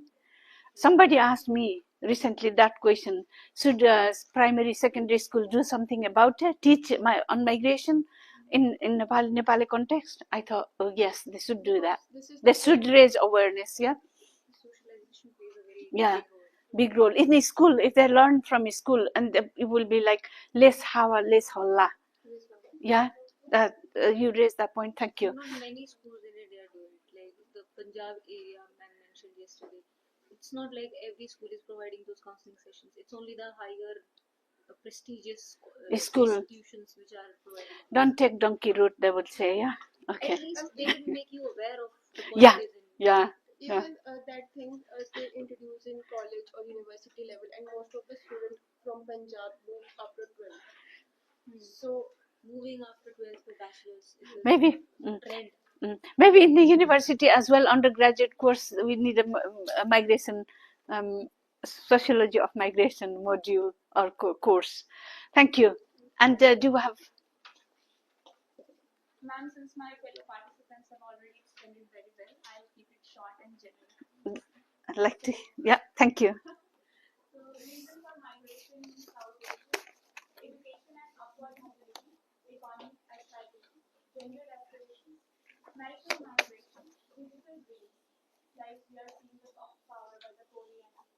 especially dramas of fun. So, some reforms for the migrants, legal and policy reforms that might include inclusive migration policies, decriminalization of undocumented status, right to legal identity, and the second reform could be access to basic services like healthcare, shelter and housing, food and sanitation. Second would be social integration and inclusion, which might involve creation of community centers, anti-discriminatory laws, and awareness campaigns. Third would be administrative and institutional measures of non-governmental organizations and civil society collaboration, hotlines and help desks, special protection for vulnerable groups. Non-possible research areas would be role of digital media in shaping migrant networks, educational aspirations of migrant children, and migration governance and state surveillance. This could also include gentrification and displacement of internal migration. And a possible research area is comparative study of refugee policies in global north and global south, transnationalism and hybrid identities, and migrant women and reproductive labor in the global care chains. Oh, wow. That's a big... possible areas of research which I might come across. So some of the drawbacks are social isolation, cultural tension, overcrowding, legal issues, and might be potential threat for the national security. Brain drain is one of them. So conclusion is, migration is not just about leaving one place and entering another. It is about redefining one's identity, culture, and essence of belonging. Hence, people leave places for many reasons, but they stay away for just a few. Thank you. That's very a very profound, big point you discussed, and I'll definitely think more about digital role of digital media and in migration. Maybe we can do, because this is new area for us to explore, and also education. Maybe some small steps, basic thing we can do to improve migration, and people live in global society now.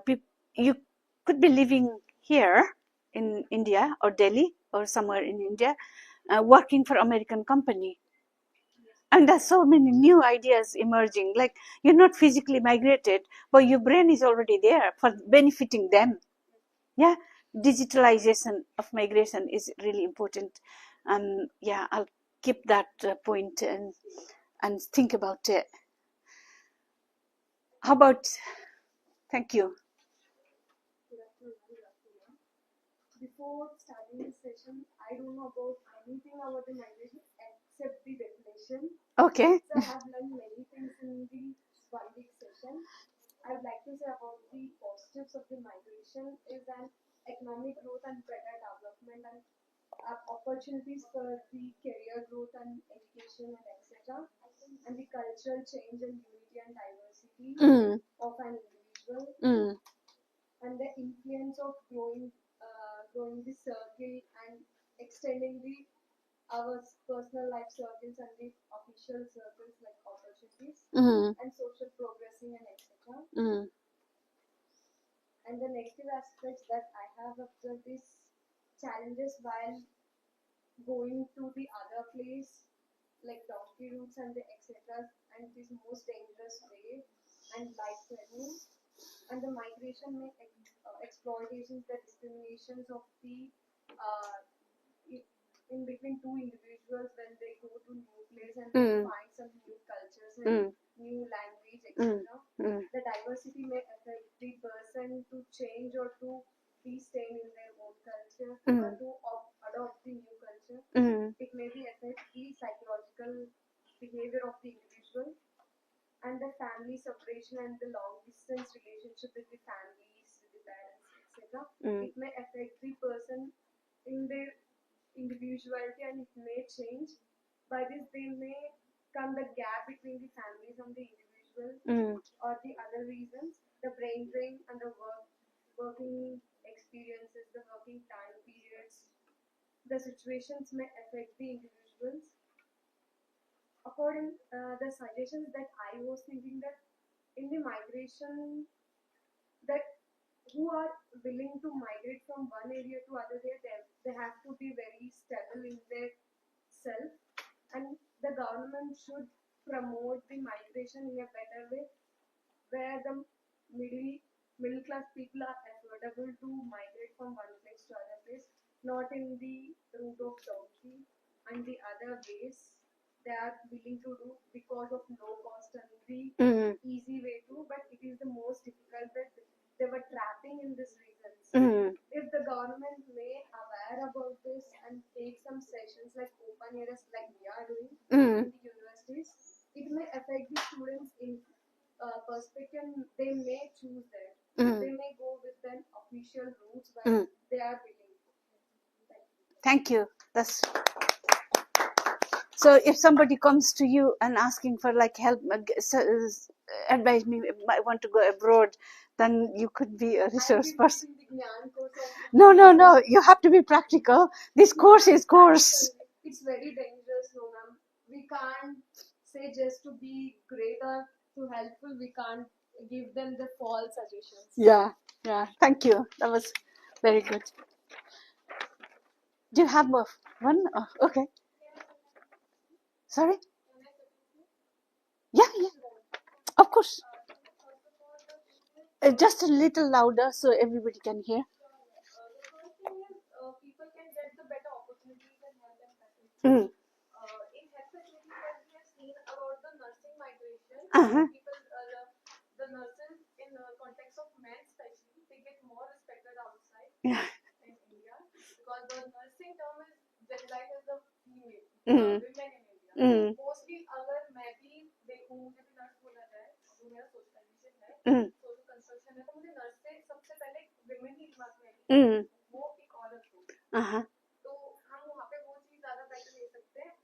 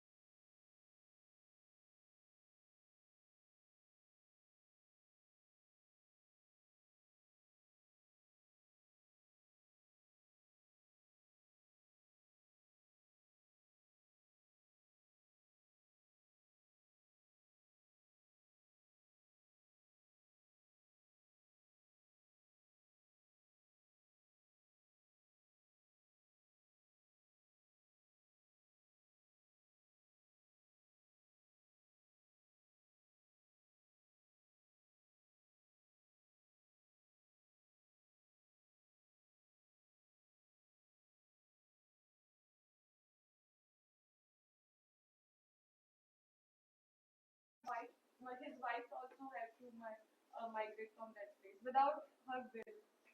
Like she wanted to be there, but she was forced to move that place. Almost, yeah. And that illegal migration, which can cause the deaths of a lot of migration, and due to illegal migration, the people face the exploitation in the other countries. And my suggestion is this. The country in India, for example, we can provide more better facilities to the workers, like nurses, the more respected people who are like driving, providing the food through the Zomato and Swiggy. And that's good. Thank you.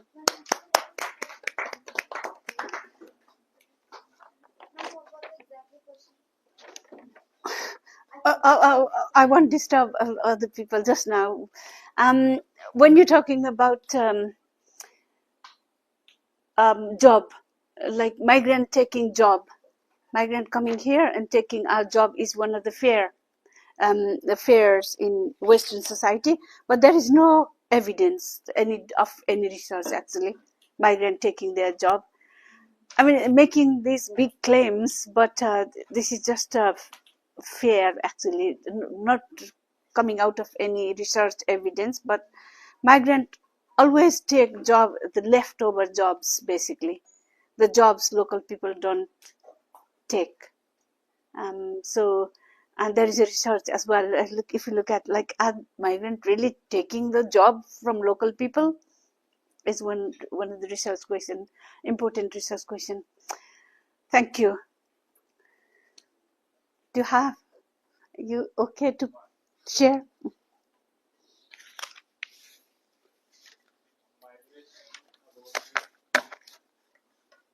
ऐसे देश में निवास न करें जहाँ आपका सम्मान ना हो, आपकी आजीविका ना हो, कोई मित्र ना हो या कोई ज्ञान ना प्राप्त हो। चाणक्य कहते हैं तो माइग्रेशन करना चाहिए। और बैड थिंग इज फैमिली से दूर रहना पड़ता है। Okay. विकेट जाती है। Minimum life cycle. Is that okay?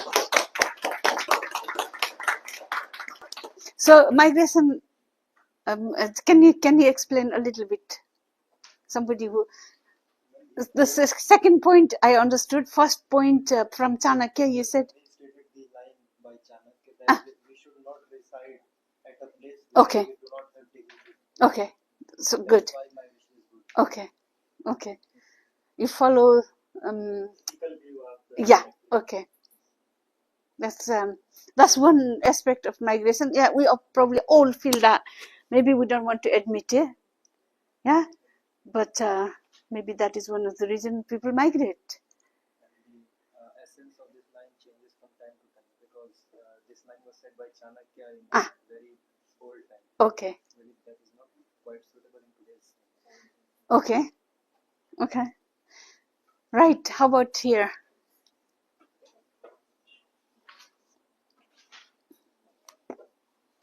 So, ma'am. Yeah, you can sit down or is stand up. So, ma'am, most of the following they have been already discussed about the pros and cons of migration. Okay. So, ma'am, actually now throughout the entire session, certain question which has been popped out from the mindset of me and my Josena. Okay.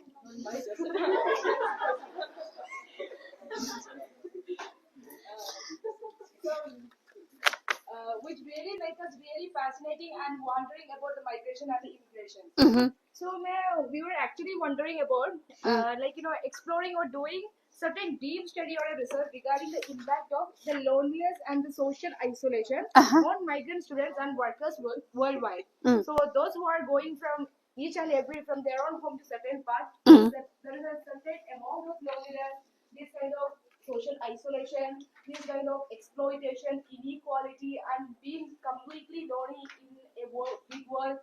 This kind of scenario was there. So we were thinking about how they are feeling, how these people have been, how much loneliness they have been feeling, and why don't we study about that regarding also. Like it specifically is fascinated has to know about the studies that explore the relationship between the migrated people and their mental health outcomes, such as the feeling of disconnections and this kind of loneliness, and explore the fields such as how the people belonging to different class, just like a poor, rich, middle class, these people they have been feeling the migration completely different. Those who belong to second class, they have been feeling that upper class for different kind of migration scenario exists. The poor people they feel it in a different manner. So we want to know how the class also has been depending upon the migration status, and even the people, all people want to migrate now. Everyone want to go to America, everyone want to go to UK, everyone want to do this kind of thing. So these kind of entertainment and this kind of popular discourses in around these migration policies, then how these people from rural category they have been experiencing this. Upper class they can be happy whenever they go, but what about the poor people? Yeah. And what is driving them to go there and do this kind of thing and to detrain themselves in those kind of other countries. Then the second point was we were really interested in understanding how the religion and profession which has been intersected, how religious belief and practices influence the career choices, workplace dynamics, or professional identity in specific industry, and migration process is still going on the basis of this change and strategy only. So, ma'am, what has been fascinated us that amidst the rapid globalization and the changing migration patterns, within the global scenario, the religion played a significant role in shaping the experience of the migrant professions and particularly the nurses.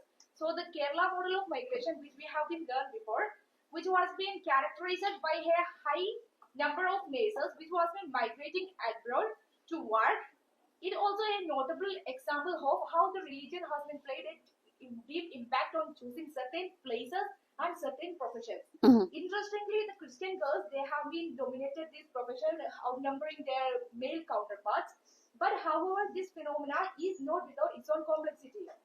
Then the gender dynamics intersect with the religious identity, influencing the opportunities and the challenges faced by migrant nurses. So furthermore, what has been fascinated me that I was thinking we have been talking about the religious dynamics of the migration, but the caste also play a critical role in this kind of migration. So in Kerala, what I have find out that those people from Orthodox, those from Catholic category, those from Jacobite category, they have certain preferences for certain private nursing schools, and they have been going on the basis of the in relation of the church only. So suppose my neighbor he want to get into a nursing like college only, there the religion has played a unique role, and that he has a Jacobite person. He goes to that university only because he belongs to this category, and this much of reservation has been held over for this category. So the role of caste is very involved, and I find like the role of caste hasn't been touched up by more scholars in regarding to the study of migration. Meanwhile, yesterday, Imam also touched about the Kerala model of migration. Then I was thinking about what is the caste, because Orthodox people they go to certain kind of colleges only and certain kind of areas only. Just like in someone go to Canada only, we want Australia only, so that scenario was also there. Then Josana will be continuing with certain points. The surge in the migration has led to increased insecurity among population, manifesting in various forms. Directly in migration can strain local resources, infrastructure, and job markets, fueling competition and tension between newcomers and existing residents. Indirectly, the cultural and social changes that accompany migration can lead to feelings of displacement and anxiety and mistrust among the migrant and the native communities. As a result, social cohesion is compromised and insecurity grows. Furthermore, the complex interplay between migration and terrorism has become a pressing concern, capturing the attention of young researchers who seek to understand how these phenomena intersect and exhibit security challenges. And my Hiba want to experience of transgender individuals in migration remain largely unexplored and uncovering the need for more research on the intersectionality of gender, religion, and migration. Thank you. Thank you. That was my last point in my slides a few days ago. Intersectionality, looking migration, looking from gender, caste, economic class, and from all sections of society, like understanding the detail is important, definitely. I would seriously take that, consider your point as important. Thank you. And I learned a lot about the religion and religious aspect of migration. I know there are some literature around, like Christian nurses from Kerala they migrated. They went to nursing school to begin with, and then migrated because their religion was kind of almost the driving force for their nursing education. But then again, it's a huge area. I would definitely try and understand more. Thank you.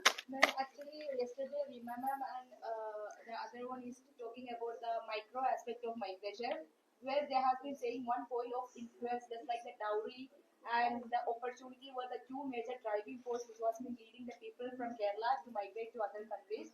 But I also feel like those who are people investing now, whenever they are studying, they have to invest minimum 4 to 5 lakhs. Yeah. So it is BSc nursing is huge. Mm. And these people from Kerala, they don't used to study in Kerala. They study in Bangalore or Mysore only, which is always affiliated with the Christian religion and Pope. Okay. This kind of scenario was also there.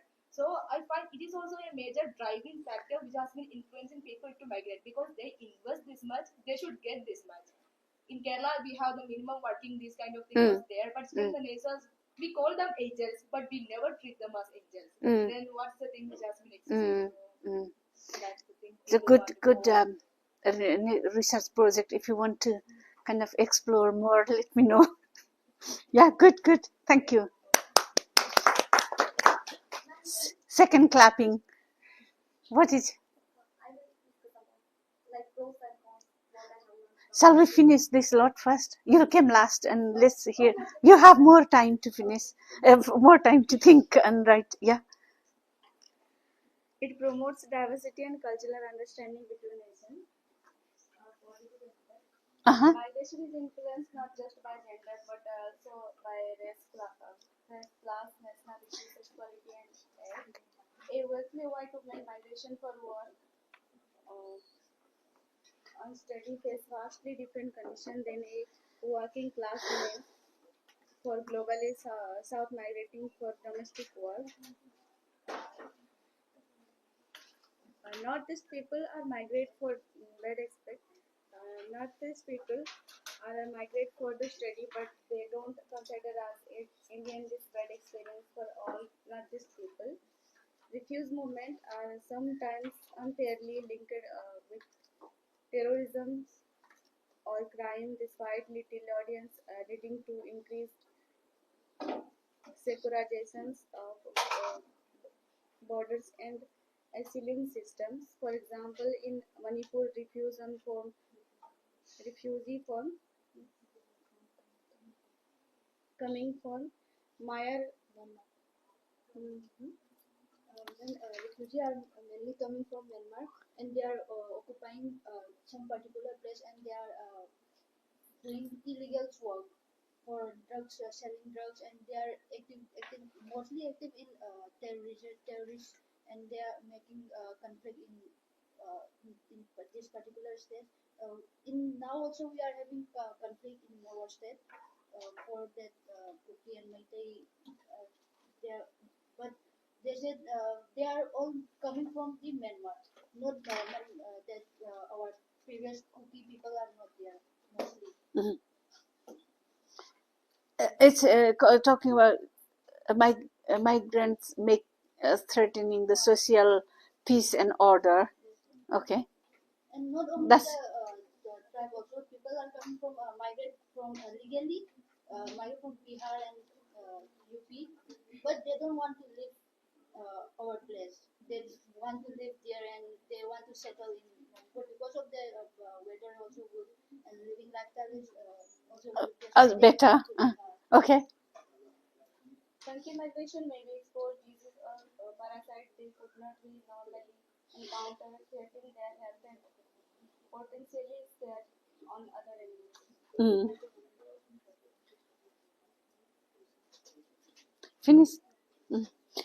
Okay. Just to summarize, like your point.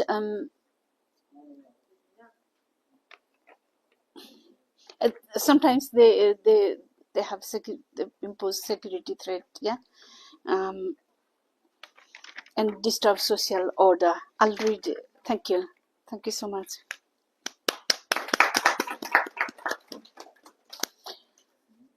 Which way you want to go? Yeah, this way. Okay, that way. Go. You can repeat. You don't have to repeat, but if there is a new point, you can say.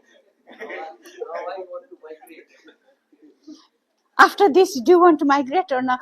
You.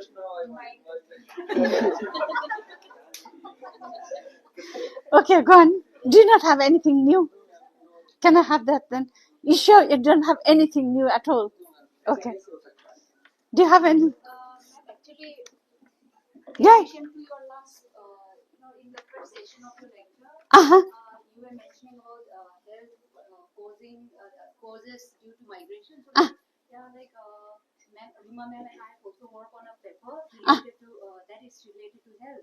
So there I found out from actually it's not a part of this topic, but since you class ended with that topic, I find continuation with the lecture. So, it was found out that during this Colombian exchange in 1493, this whole world were assumed or supposed to be brought the like the different type of say infectious disease, so like smallpox, malaria, and also like to the new world, like that includes the US and all. Yeah. So yeah, that was the addition. Like so, this actually like we have also not added much of the things like they have already mentioned almost all of it, but then it like I don't know whether it could be like few things maybe. So Yeah, go ahead.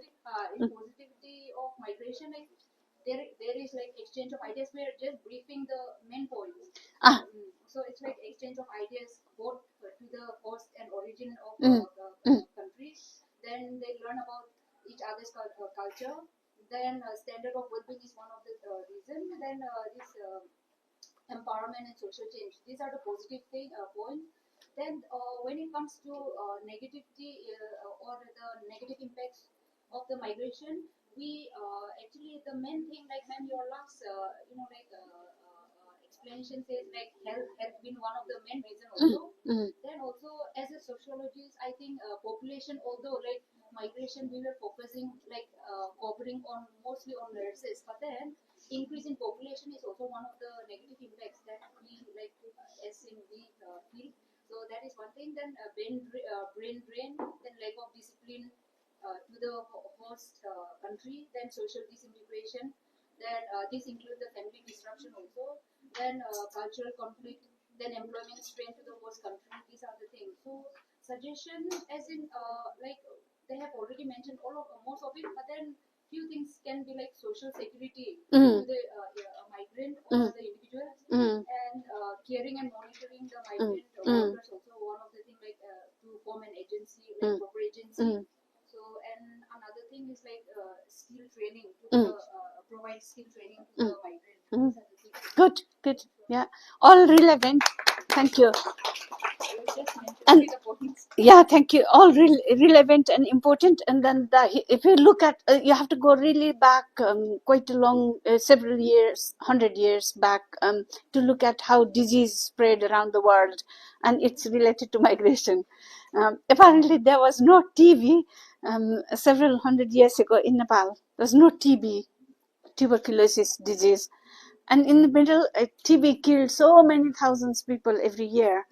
And it's controlled now. And HIV, for example, the more recent one, is believed to be like transmitted by migrants, for example. There is a link to health and migration and disease transmission and migration. That's why we were in lockdown situation during the COVID, of course.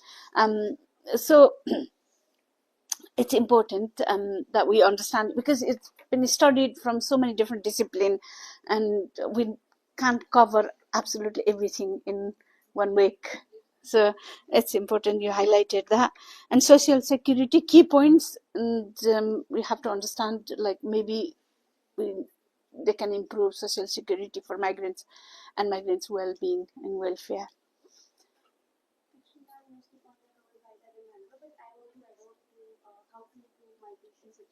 Okay. So, organization at national and international level should be established to monitor the movement of people, like to which country they are migrating to and the purpose of migration. For instance, Odisha government see they know about that how many people migrate from Odisha. Oh yeah. Maybe should be in the international level also. Yeah. And I think there are some organizations, some agencies, but they're not implemented. They're not working in coordination. Everybody working in different, like fragmented. The policy is fragmented. Let's say that way. Yeah.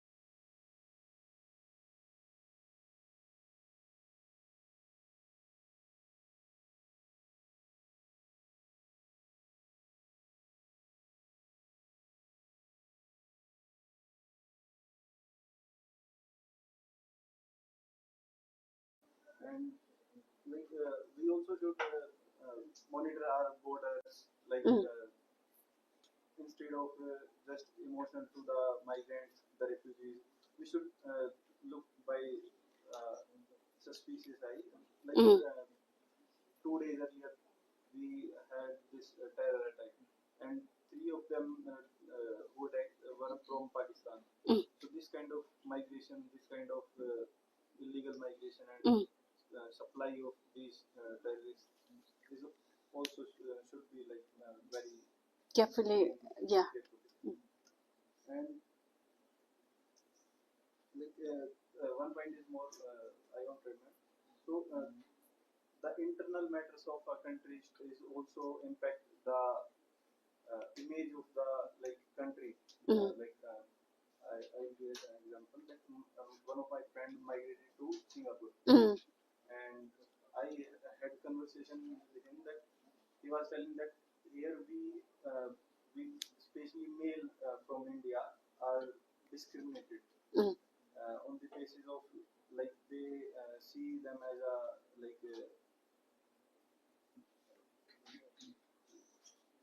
illegal or no fear to like women. Like oh, okay. their practice, she was referred to Singapore after that release happened, and the whole Singapore was like very okay.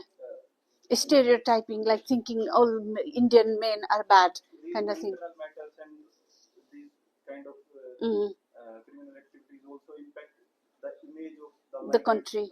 country. Shall we be very quick? Do you have any new points? No. Or we could continue because we have to finish now soon. Thank you. Do you have any new points to share? Absolutely new point because we got 1 minute, last minute left. From first session, like it's Rajesh Vilna. So I think we come across like some new terms like I would just like hyper Consumerism, yeah. And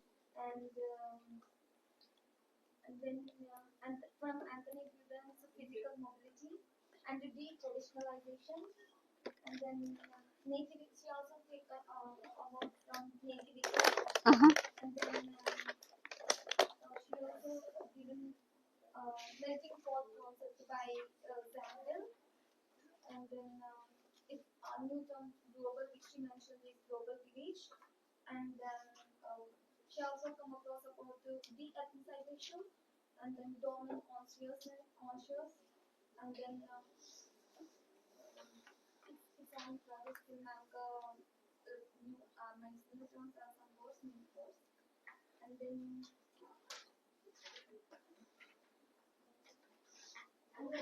we learned about the SDG goals, 17 goals, like poverty, hunger, and quality education, equality, clean water and sanitation, affordable and clean energy, sustainable cities and communities, and the climate action, like this, 17 goals. And then we talk about brain drain and brain games, and yeah, some terms that I have mentioned before time. But you have sorry to disturb you. You have an exam soon, coming soon this afternoon, so you'll have time to kind of reflect, revise, and everything. And then we also come across the soft law and hard law. Yeah. Yeah, the non-binding amendment as soft law and binding amendment as the hard law. And then a term we come across like it's a survey, KMOMAD survey on international migration. And then we also have reverse migration, and then we come across some portals. There are some portals like Eastern portal and some dumb portals for the millions of the millions of workers in migration, and then we have problems. I think. Do you have any like what I was looking at? Do you have any policy suggestions, the research ideas? That's what we were discussing. We can continue. Let me finish this, then we can continue. Is that okay? Because our time is finished. I've been told. Sorry. Thank you. Well. continue. I don't think I do in this slide.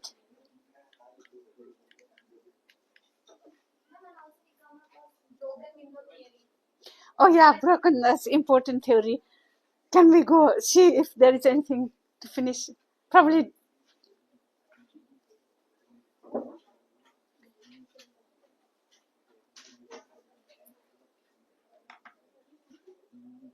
Oh, that's just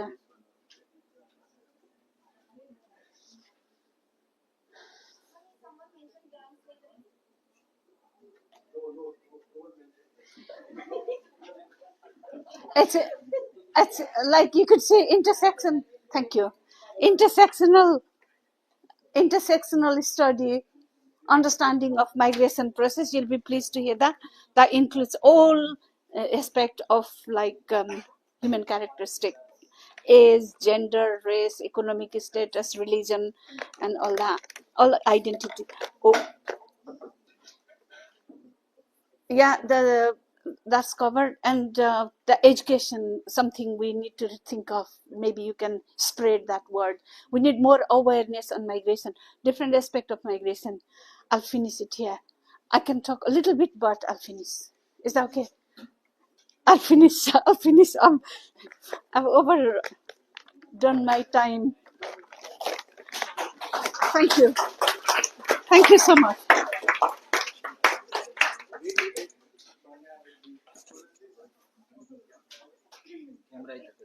I have to thank you, ma'am, Radhikari ma'am, for delivering these three deeply engaging and insight sessions on the final day of our Gyan course. Your lectures on changing immigration patterns and visa policies in the time of crisis and surviving the global COVID-19 pandemic and the current focuses on the migration research, providing a comprehensive and understanding on the landscapes of international migrations, the way you have connected the policy frameworks, live experiences, and research in front of our participants and reached multi-dimensional perspectives. Your continued presence and commitment throughout the 5D sessions and the program has been truly appreciable. And the academic sessions and the global context and empathic understanding of each session, and we have incredible great thanks on your contribution on these 5 days. And once again, thank you so much for being a part of our Gyan course and inspiring the participant and the organizing team. Thank you so much, ma'am.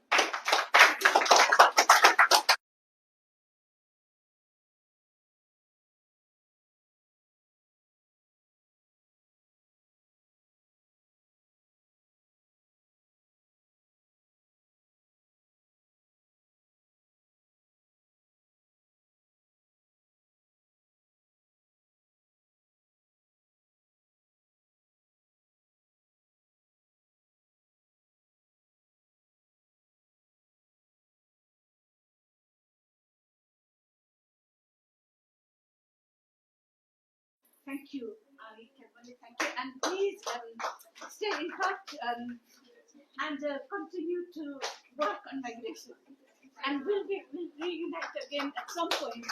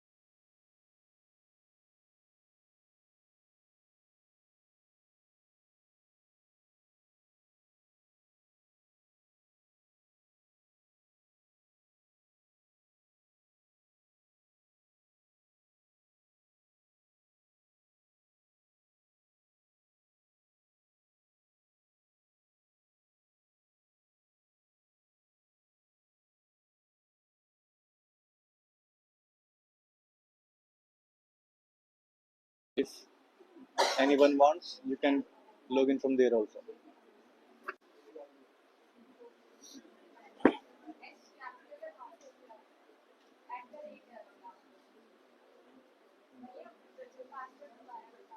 Socio@1234.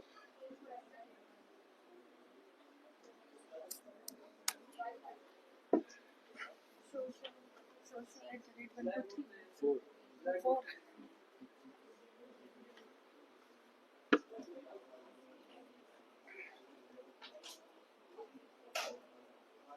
And there should be no movement and no talking to each other. Focus on yourself.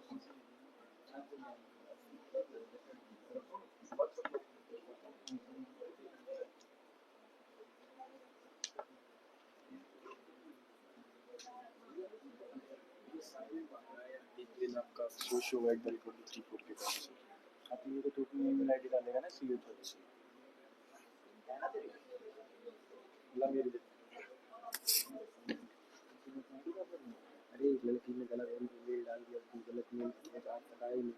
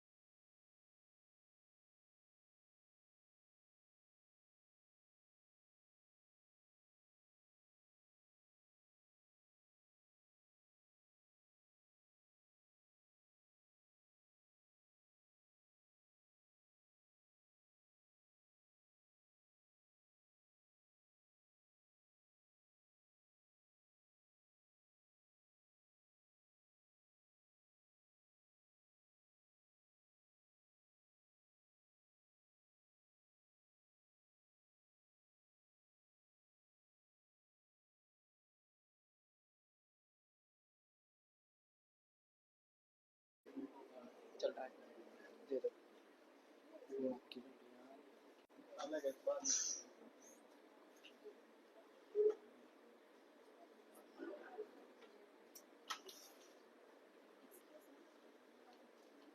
sometimes if you can can you have for some time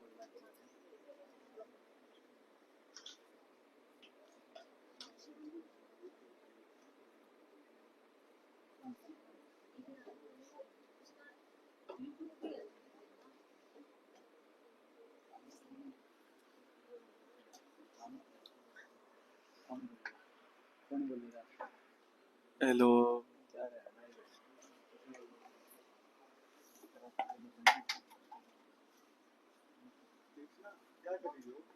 this I asked him for 5 10 minutes.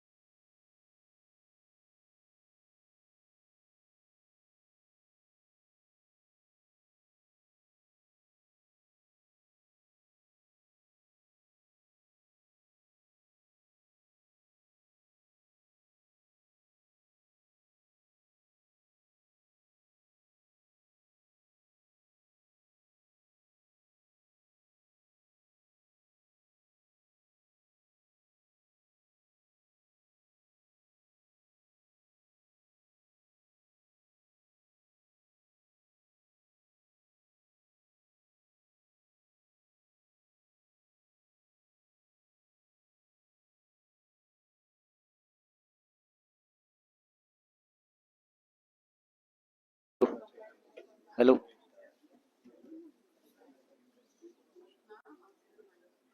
Ma'am, she's teaching global health in University of Western. Yeah, she's a lecturer and she's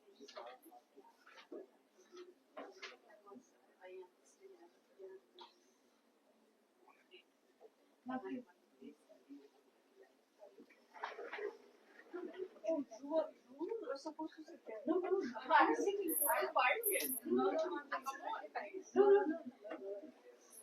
He has been sitting like a fine. This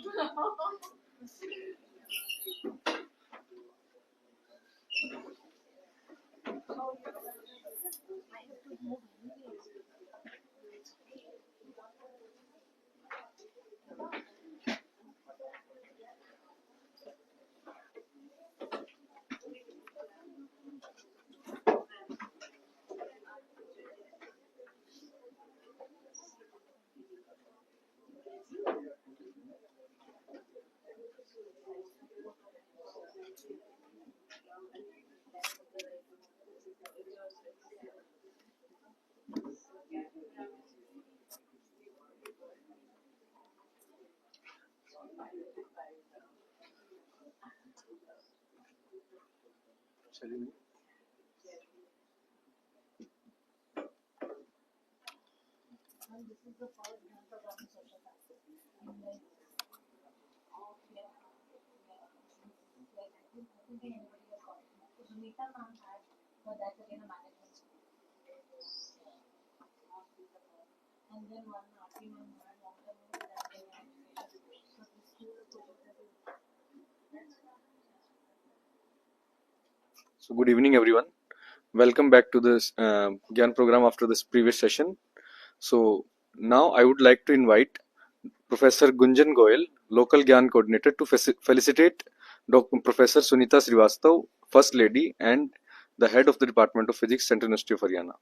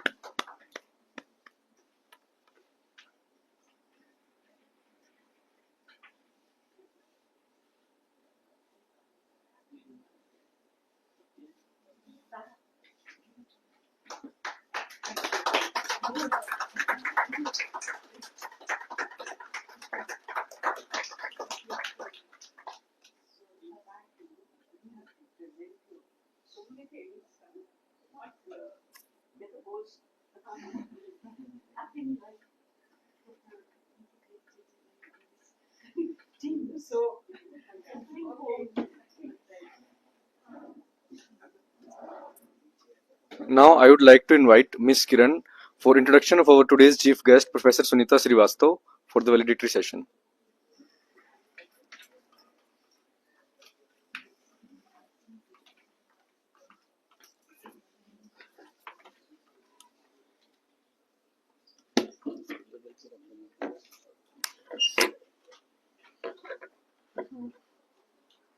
Good afternoon, everyone. It's my pleasure and honor to introduce Dr. Sunita Srivastav. She is the professor and head of Department of Physics and Astrophysics, Central University of Haryana. She completed her MPhil and PhD from Punjab University, Chandigarh.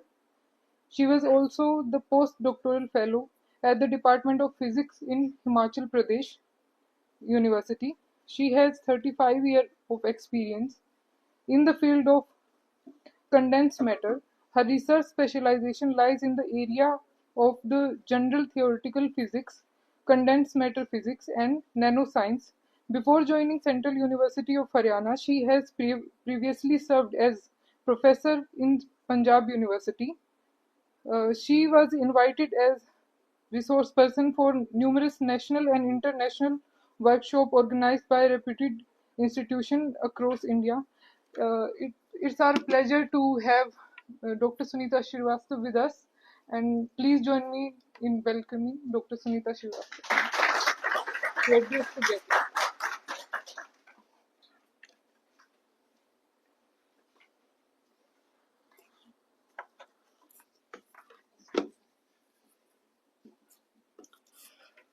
So before we go further, first we would like to hear the feedbacks of the participants who has attended the Gyan course for these 5 days, and you guys will be coming like giving 2 minutes to given 2 minutes for your feedback, and then coming and your turn wise.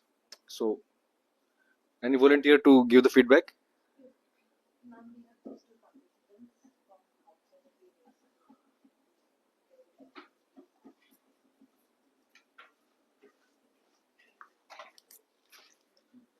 Respected Ma'am Sunita Srivastav ji, Gunjan sir, Madam Rima, and other participants of this institute. Basically, I belong to the UP, and I have done my UG and PG from Banaras Hindu University, and currently I am pursuing as a PhD scholar at IIPS Mumbai. Basically, this was my the second workshop in migration. First, I have done in the BHU.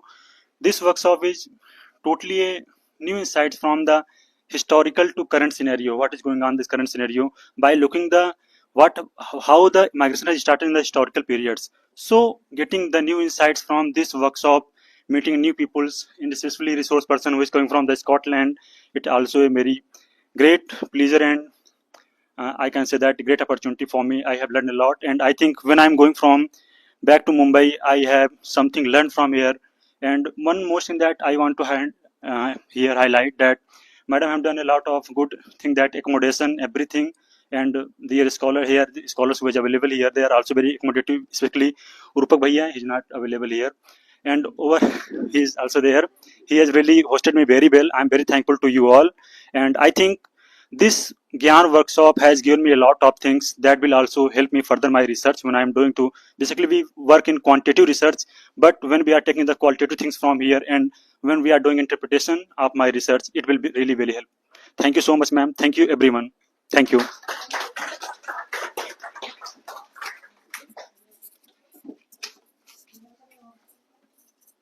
Any other participant who would like to give the feedback? Direction.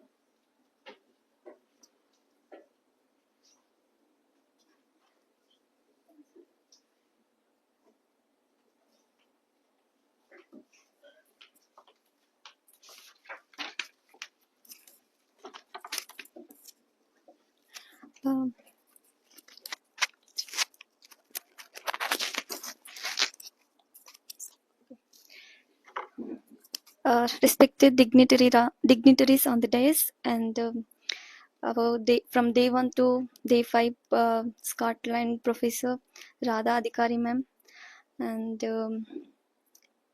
our respected Vice Chancellor ma'am.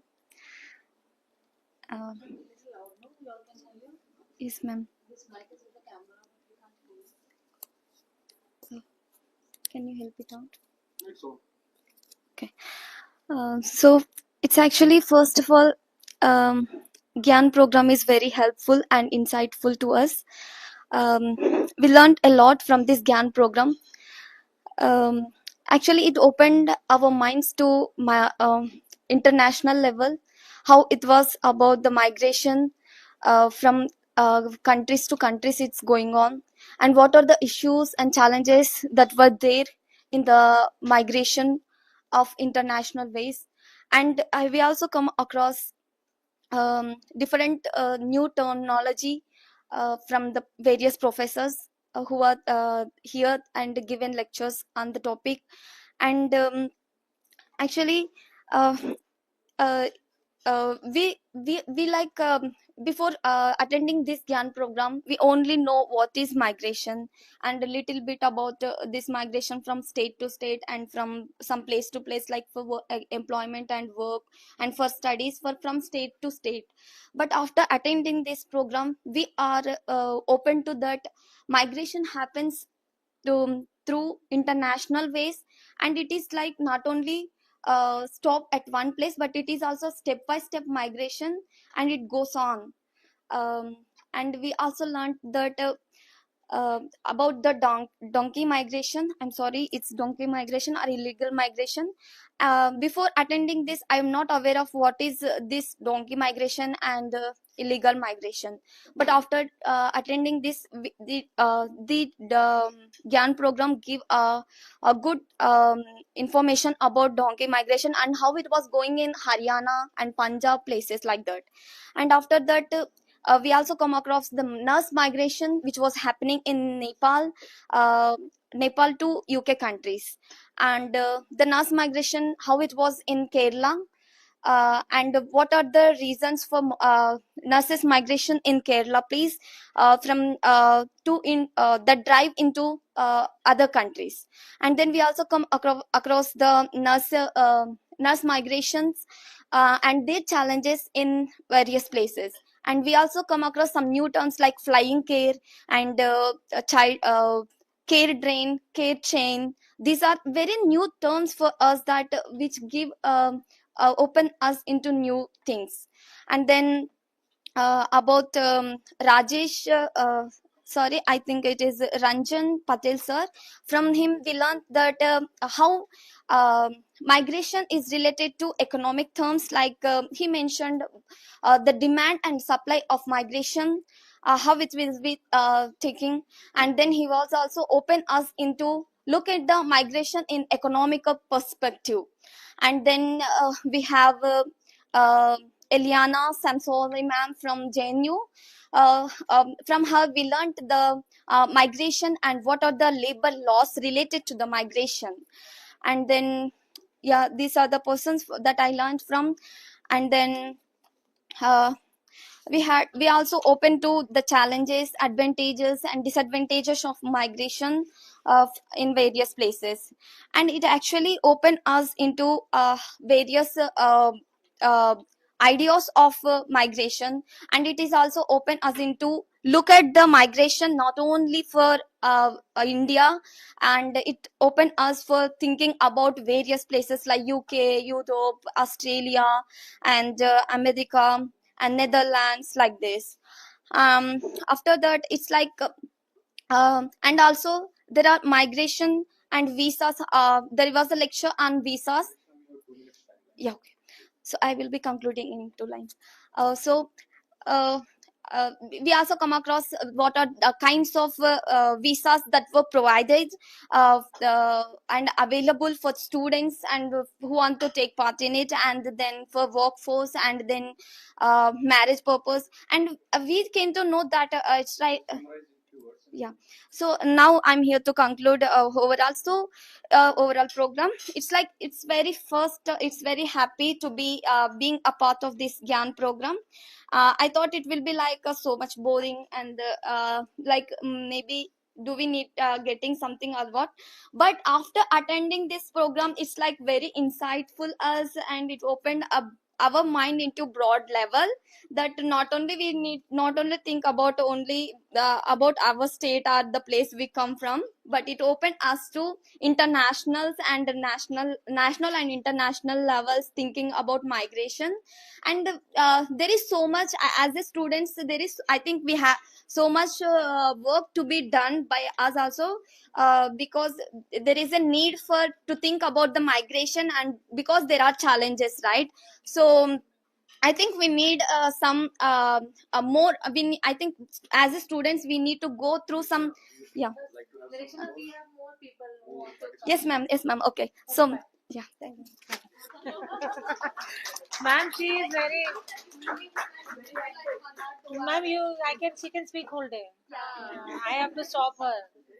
So anybody else who wants to give their own. Actually, I learned from Telangana.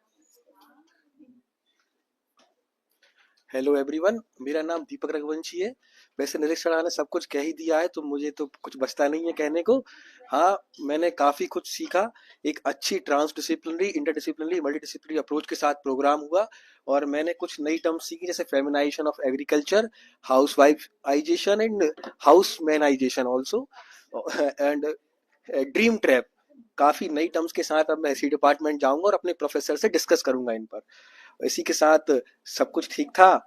Ganesh भाई ने भी कुछ अच्छा साथ मिला, गणेश भाई का भी thank you.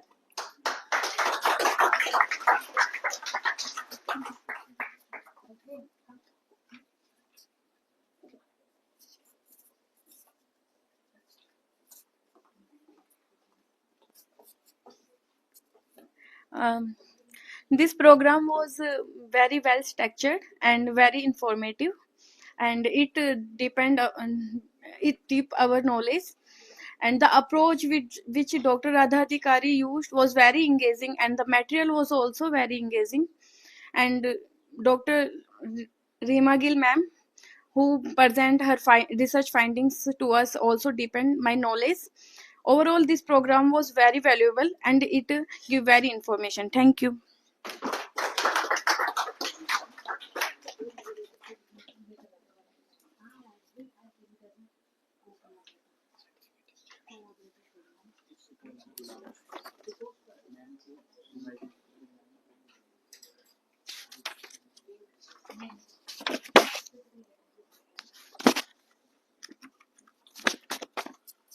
Now, after the feedback, now there's a time for the certificate distribution.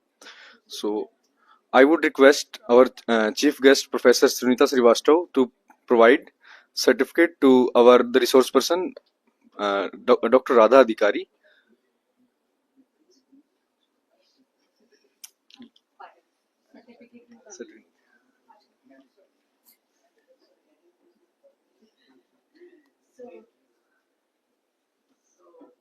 Present you with full love and affection. And you know, you are the main resource person of this GAN program, and the entire team must be really, you know, at the benefit level, and you'll be looking forward to meeting you at different phases of life and taking guidance from you. It's a great role that you have played. So we are very we are thankful and so nice of you. Thank you. Thank you so much. Thank you so much. Thank you. Thank you so much. Honestly, I feel overwhelmed. Honestly, it's been so nice and so engaging and so refreshing to see so many really enthusiastic and engaging people. I learned a lot from you as well, from your personal experience and as well as theories and discussion. Thank you all for making me feel like I'm with you and home, basically, and I'm in your team. And hopefully we'll meet again, and hopefully we'll get to discuss about migration and maybe work together. Who knows? Thank you. And Radha, the last thing you said, you promised you said something. Sorry? You said you'll say something in the end. Ram Ram. Oh yeah, I thought I was going to get more chance to talk. Yeah. I was waiting for. Thank you very much. आप सबको राम राम. हम फिर आएंगे. Thank you very much. फिर मिलेंगे. दोबारा आएंगे. I learned a little bit of language as well. I can speak. I can't speak, but I can understand Hindi. But it has been very refreshing to repeat and learn new words, and it has been really. What can I say? I'm really grateful to Dr. Rima Gill for inviting me to this absolutely wonderful program. Meet all these wonderful people. Thank you so much. I got a list of people I really wanted to thank. So thank you. Sorry, No. but honestly, thank you all. I'll thank individually when I meet you later. Thank you. I feel GAN is a special program where, you know, the faculty who is the main resource person becomes the head of the family, and everybody gets attached to the head of the family. So it's a very special program, you know, hosted by Ministry of Education, and it really helps, you know, to the micro level and to the base level, to all the candidates. It's really good, and I was very pleased to hear that the program was structured well, and hopefully it wasn't too much and not too little. We learned quite a lot in last 5 days, and really pleased to hear your feedback as well. And thank you, and feel. Ram. Thank you. फिर आएंगे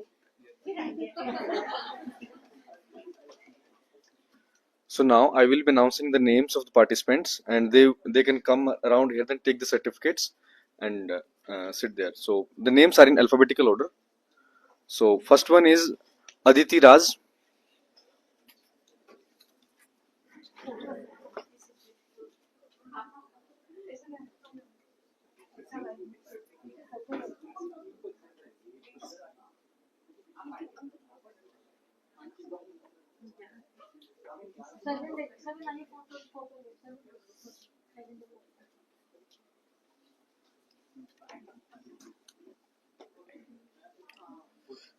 After that, Akshay, be ready.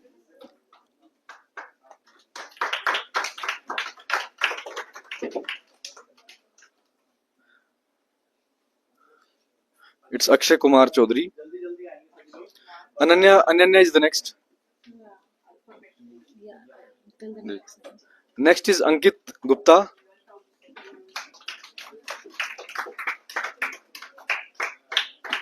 Then Ankit Kumar.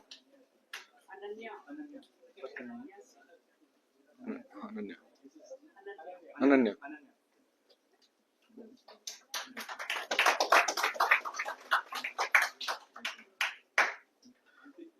Ankit Gupta. Then Ankit Kumar. Ashish next. After Ashish, it's Avdesh Singh.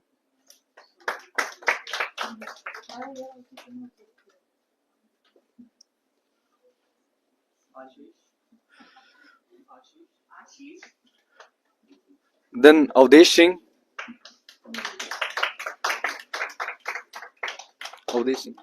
Then next is Belina Mutum.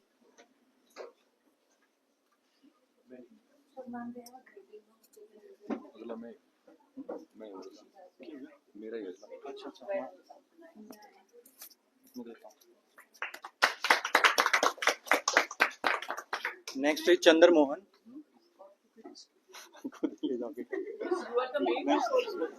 Chandra Mohan. He himself. Yeah. Next is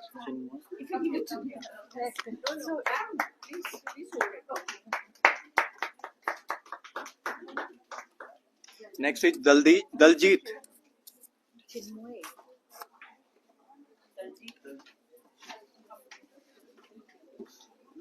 Then Deepak Raghuvanshi, be ready. Dusu Yabo. Okay. Then next is Ganesh Siranganale.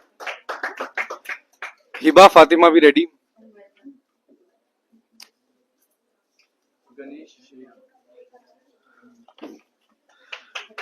Hiba Fatima.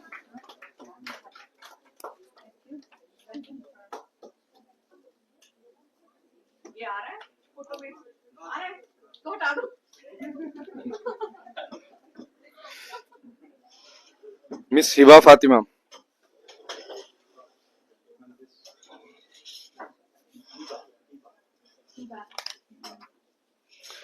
Next is Himanshi Yadav.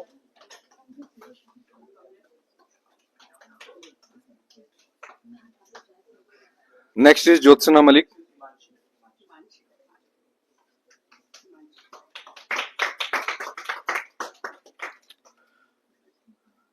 Jyotsna Malik. Then Kamini is the next.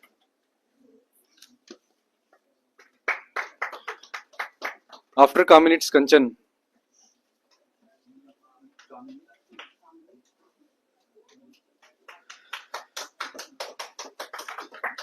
Next is Kiran Jangda.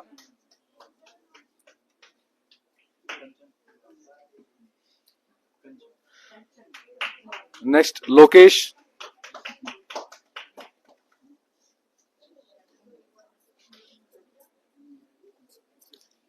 Kiran. After Lokesh, it's Mahendra Yadav.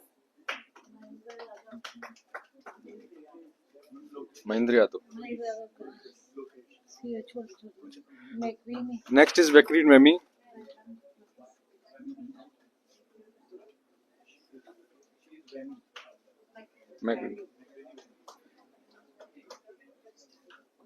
Then Mamta. After that, it's Manish Kumar.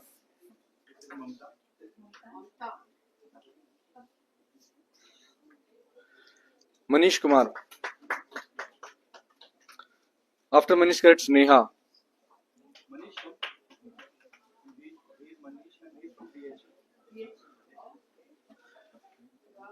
After Neha, it's the turn of Porus Yadav.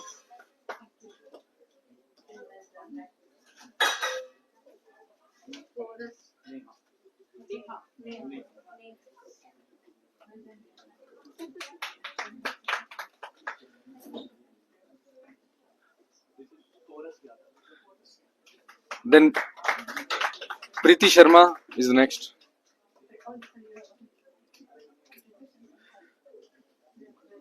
Next is Ranjit Sharma.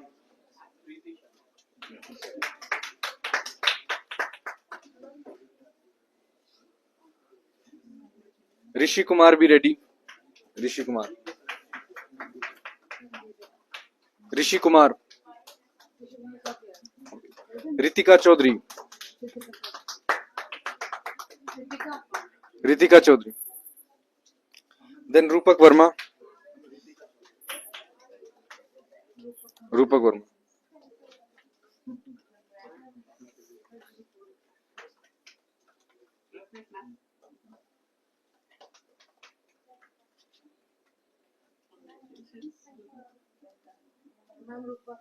Rupak Verma.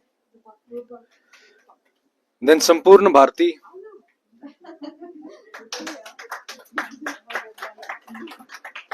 Sampurna Bharti. After that, Sanda Pago Nirikashana. Sanda Pago Nirikshana.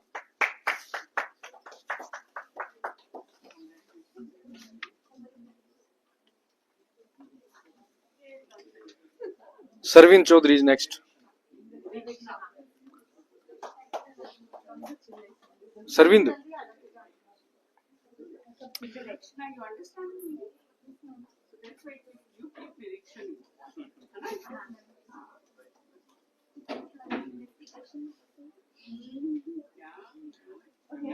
Seema. Next is Seema.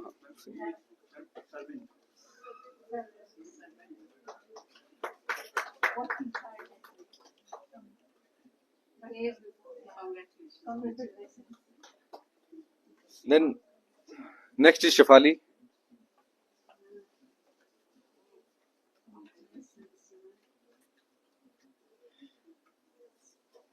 After that, Shweta Tomar.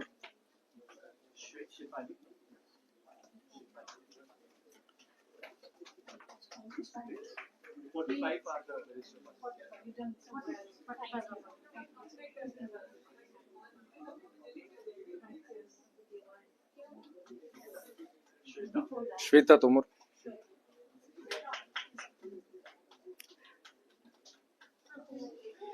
Sonam DZ. Next is Sonam DZ. Sonam DZ.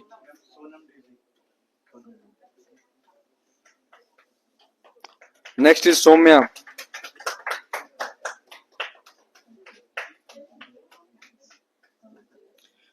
After that, Sumit Kumar Chaudhary.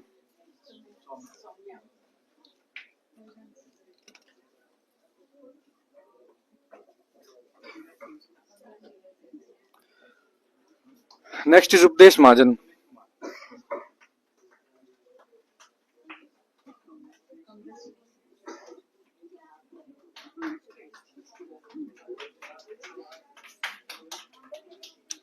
Then Vikas Kumar Pandey.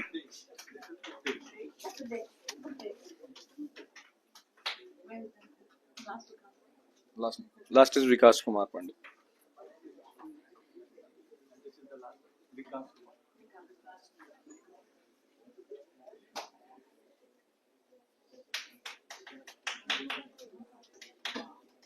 Now I would like to request the dignitaries to kindly take their place. I think the only person didn't get first thing. I don't know. Only person who didn't. Oh, you. I got certificate from Gyan. So you didn't get any certificate.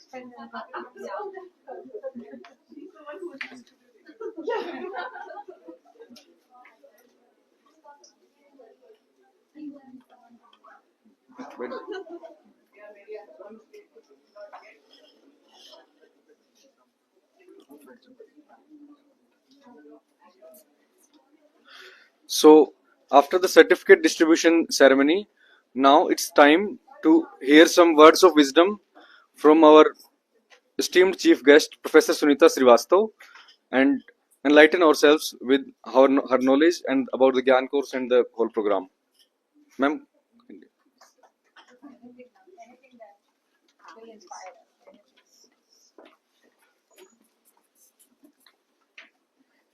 So, thank you very much. Yeah. Yes.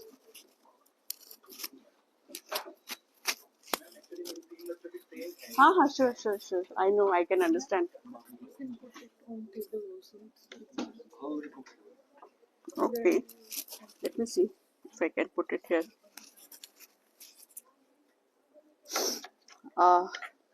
So yes, as I said, I'm very fortunate to become a part of this GYAN program, uh, though it is a valedictory function where, all the members say goodbye to this entire, what do you say, the structure of the GYAN program. So you have the convener, the GYAN coordinators, and course coordinators and resource persons, the main resource person. So in fact, we are very grateful and thankful to Professor Radha Adhikari ji, who has actually driven the entire course for the 5 days. And Dr. Rima, she has structured the program so well, as I could see from the feedback, and you have really enjoyed very well. So it was about the international migration from South Asia. So because I am not from this particular area of my profession is different from science background and physics, but then still I think I have my own views about it, and I can share few things about international migration. So we have been witnessing, so many migrations of different kinds from different countries, and so migration is sometimes uh, uh, well planned. Sometimes it is well planned, sometimes it is a consequence of some disaster, some environmental factors, or it could be for betterment of the society. So there's so many reasons for because of which migration takes place. But the the labor migration and the other people who migrate, they certainly contribute to the upliftment of the society in some form or the other. And if so as I can see, you have also talked about the policies which has to be made by the different governments, though they already have. But then yes, as educationists, we have certain contributions, and we can suggest number of things how the policies can be made by the government, so that it can benefit the migrants to a great extent, and not at the cost of the downtrodden, which are there already existing in the society. So got to have a balance. This is what I feel as a layman. There has to be a balance, and they're so these migrants are really prone to so many things, because it is a not well defined job for which they come. Whenever there is a migration, it could, as I said, it could be due to many factors, as you talked about the nurse migration, or there could be labor migration, or there could be people who are just fleeing because there is some disaster in some country. So we have common uh, boundaries with other countries also, and we are witness to number of migrations to our country. So the point is that you have undergone this a 1 week long GYAN program, and there should be some takeaway by each of you in some form or the other, and maybe you contribute to making of the policies which the government can think of for the betterment of migrants as well as the society at large.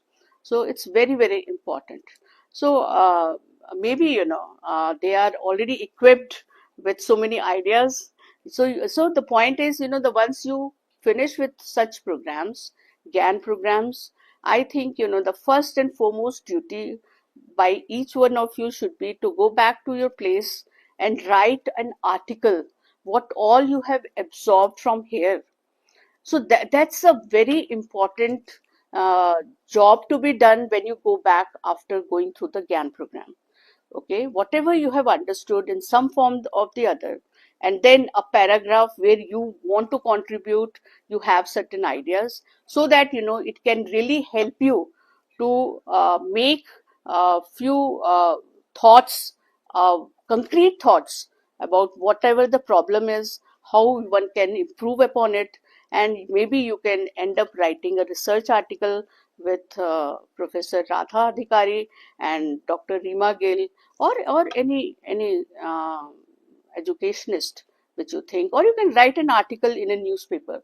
So the culmination could be in this form, and that will actually give you that happiness, that feeling of the GYAN program which you have actually gone through for 5 days.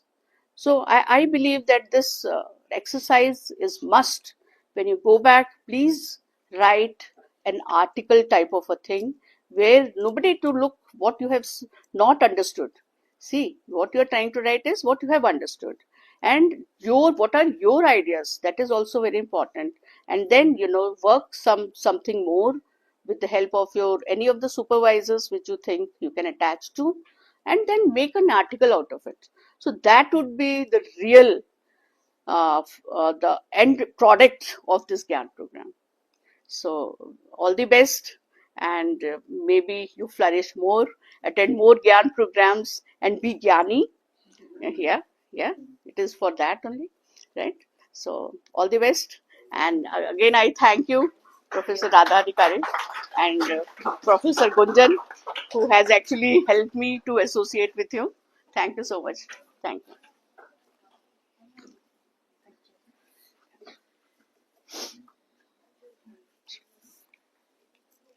I think we are done. Thank you so much, ma'am. You've given different idea to like write an हाँ, article. yes, you must. तभी तो पता लगेगा कि what you have. Oh my God! So that you have given me, I could take it to home. It's so small.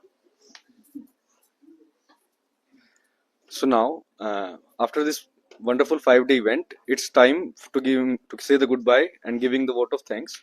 For giving vote of thanks, I would like to invite the organizer of this program, Dr. Rima Gill. So, Rima ma'am. Yeah, thank you. A very good afternoon to the dignitaries, Professor Sunita ma'am, Professor Gunjan Goyal, Dr. Radha Adhikari, and my dear participants.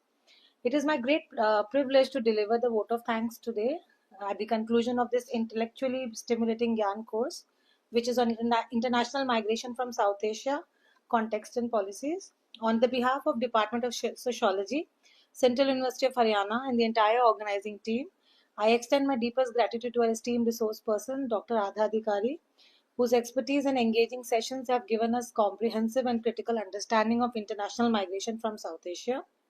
Your insightful lectures and thoughtful discussions have truly deepened our understanding on migration in its various dimensions, be it global migration trends, displacement due to conflicts, or the socio-economic and policy implications. Your expertise has been a guiding light throughout this program. I am also thankful to our other resource persons for the program, Professor Rajesh Gill, Dr. Elena Samanta Roy, and Dr. Ramya Ranjan, whose sessions starting from exploring historical trajectories to analyzing current trends and policy frameworks have truly enriched this academic experience. I would also like to express our sincere thanks to the Ministry of Education, Government of India, the Global Initiative Academic Network, that is GYAN, and IIT Hyderabad team for providing such a valuable platform to bring knowledge into our universities and fostering international academic collaboration such as this one that we have right now. A heartfelt thanks to our Honorable Vice Chancellor, Sir, Professor Tankeshwar Kumarji, for his constant encouragement and support, which made this program possible and successful. His vision and leadership continue to inspire all the academic pursuits in our university. I am grateful to Professor Sunita Srivastava ma'am for accepting our request to be part of this valedictory session and encouraging us with her kind words of inspiration. I am grateful to Professor Gunjan Goel, the local coordinator of the GYAN program, for handholding me throughout this event, starting from writing the GYAN proposal to its final implementation. I am thankful to our head of the department and dean, Professor Payal Chandel, who she has always supported and encouraged, whenever I've gone with my academic engagement and proposals. She's always, supported me in that.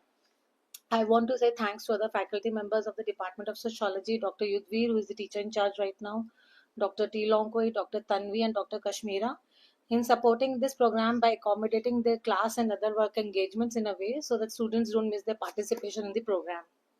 I'm really thankful to the organizing team, Rupak, Sarvin, Kiran, Preeti, Porus, Ankit, Shefali, and anyone else who have missed, who they have, because of their tireless efforts and meticulous planning, this program has been shaped into a meaningful and well-structured learning journey for all of us.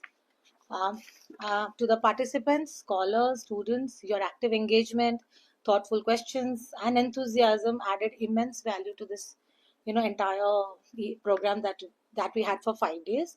Thank you for making this program a very interactive and insightful one. A big thank you to our administrative staff, technical team, and everyone else who ensured the smooth conduct of this program from start to the finish. The dedication and teamwork of our camera person Hitesh and his colleague Mr. Vikrant behind the scenes deserves a special mention. So as we end this GYAN program, let us carry forward the ideas, debates, and reflections we've encountered over these 5 days. And migration, like we saw, that migration is not just a policy issue or an economic reality. It has a human experience to it. So with this, and we saw, so with this idea in mind, I want you to go understand migration from its complexities, and like ma'am said, have come out with something productive. Come out maybe with an article or a piece of work, a news piece or something like that. So thank you all once again for being part of this meaningful academic endeavor. Wishing you continued success in your academic and research work and any other future pursuits that you have. Thank you.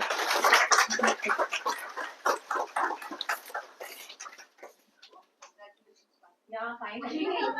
Actually, we were thinking it will never happen. The way we were encountering persons that even girls were kept this patient. Yeah, sorry about it. Finally, I'm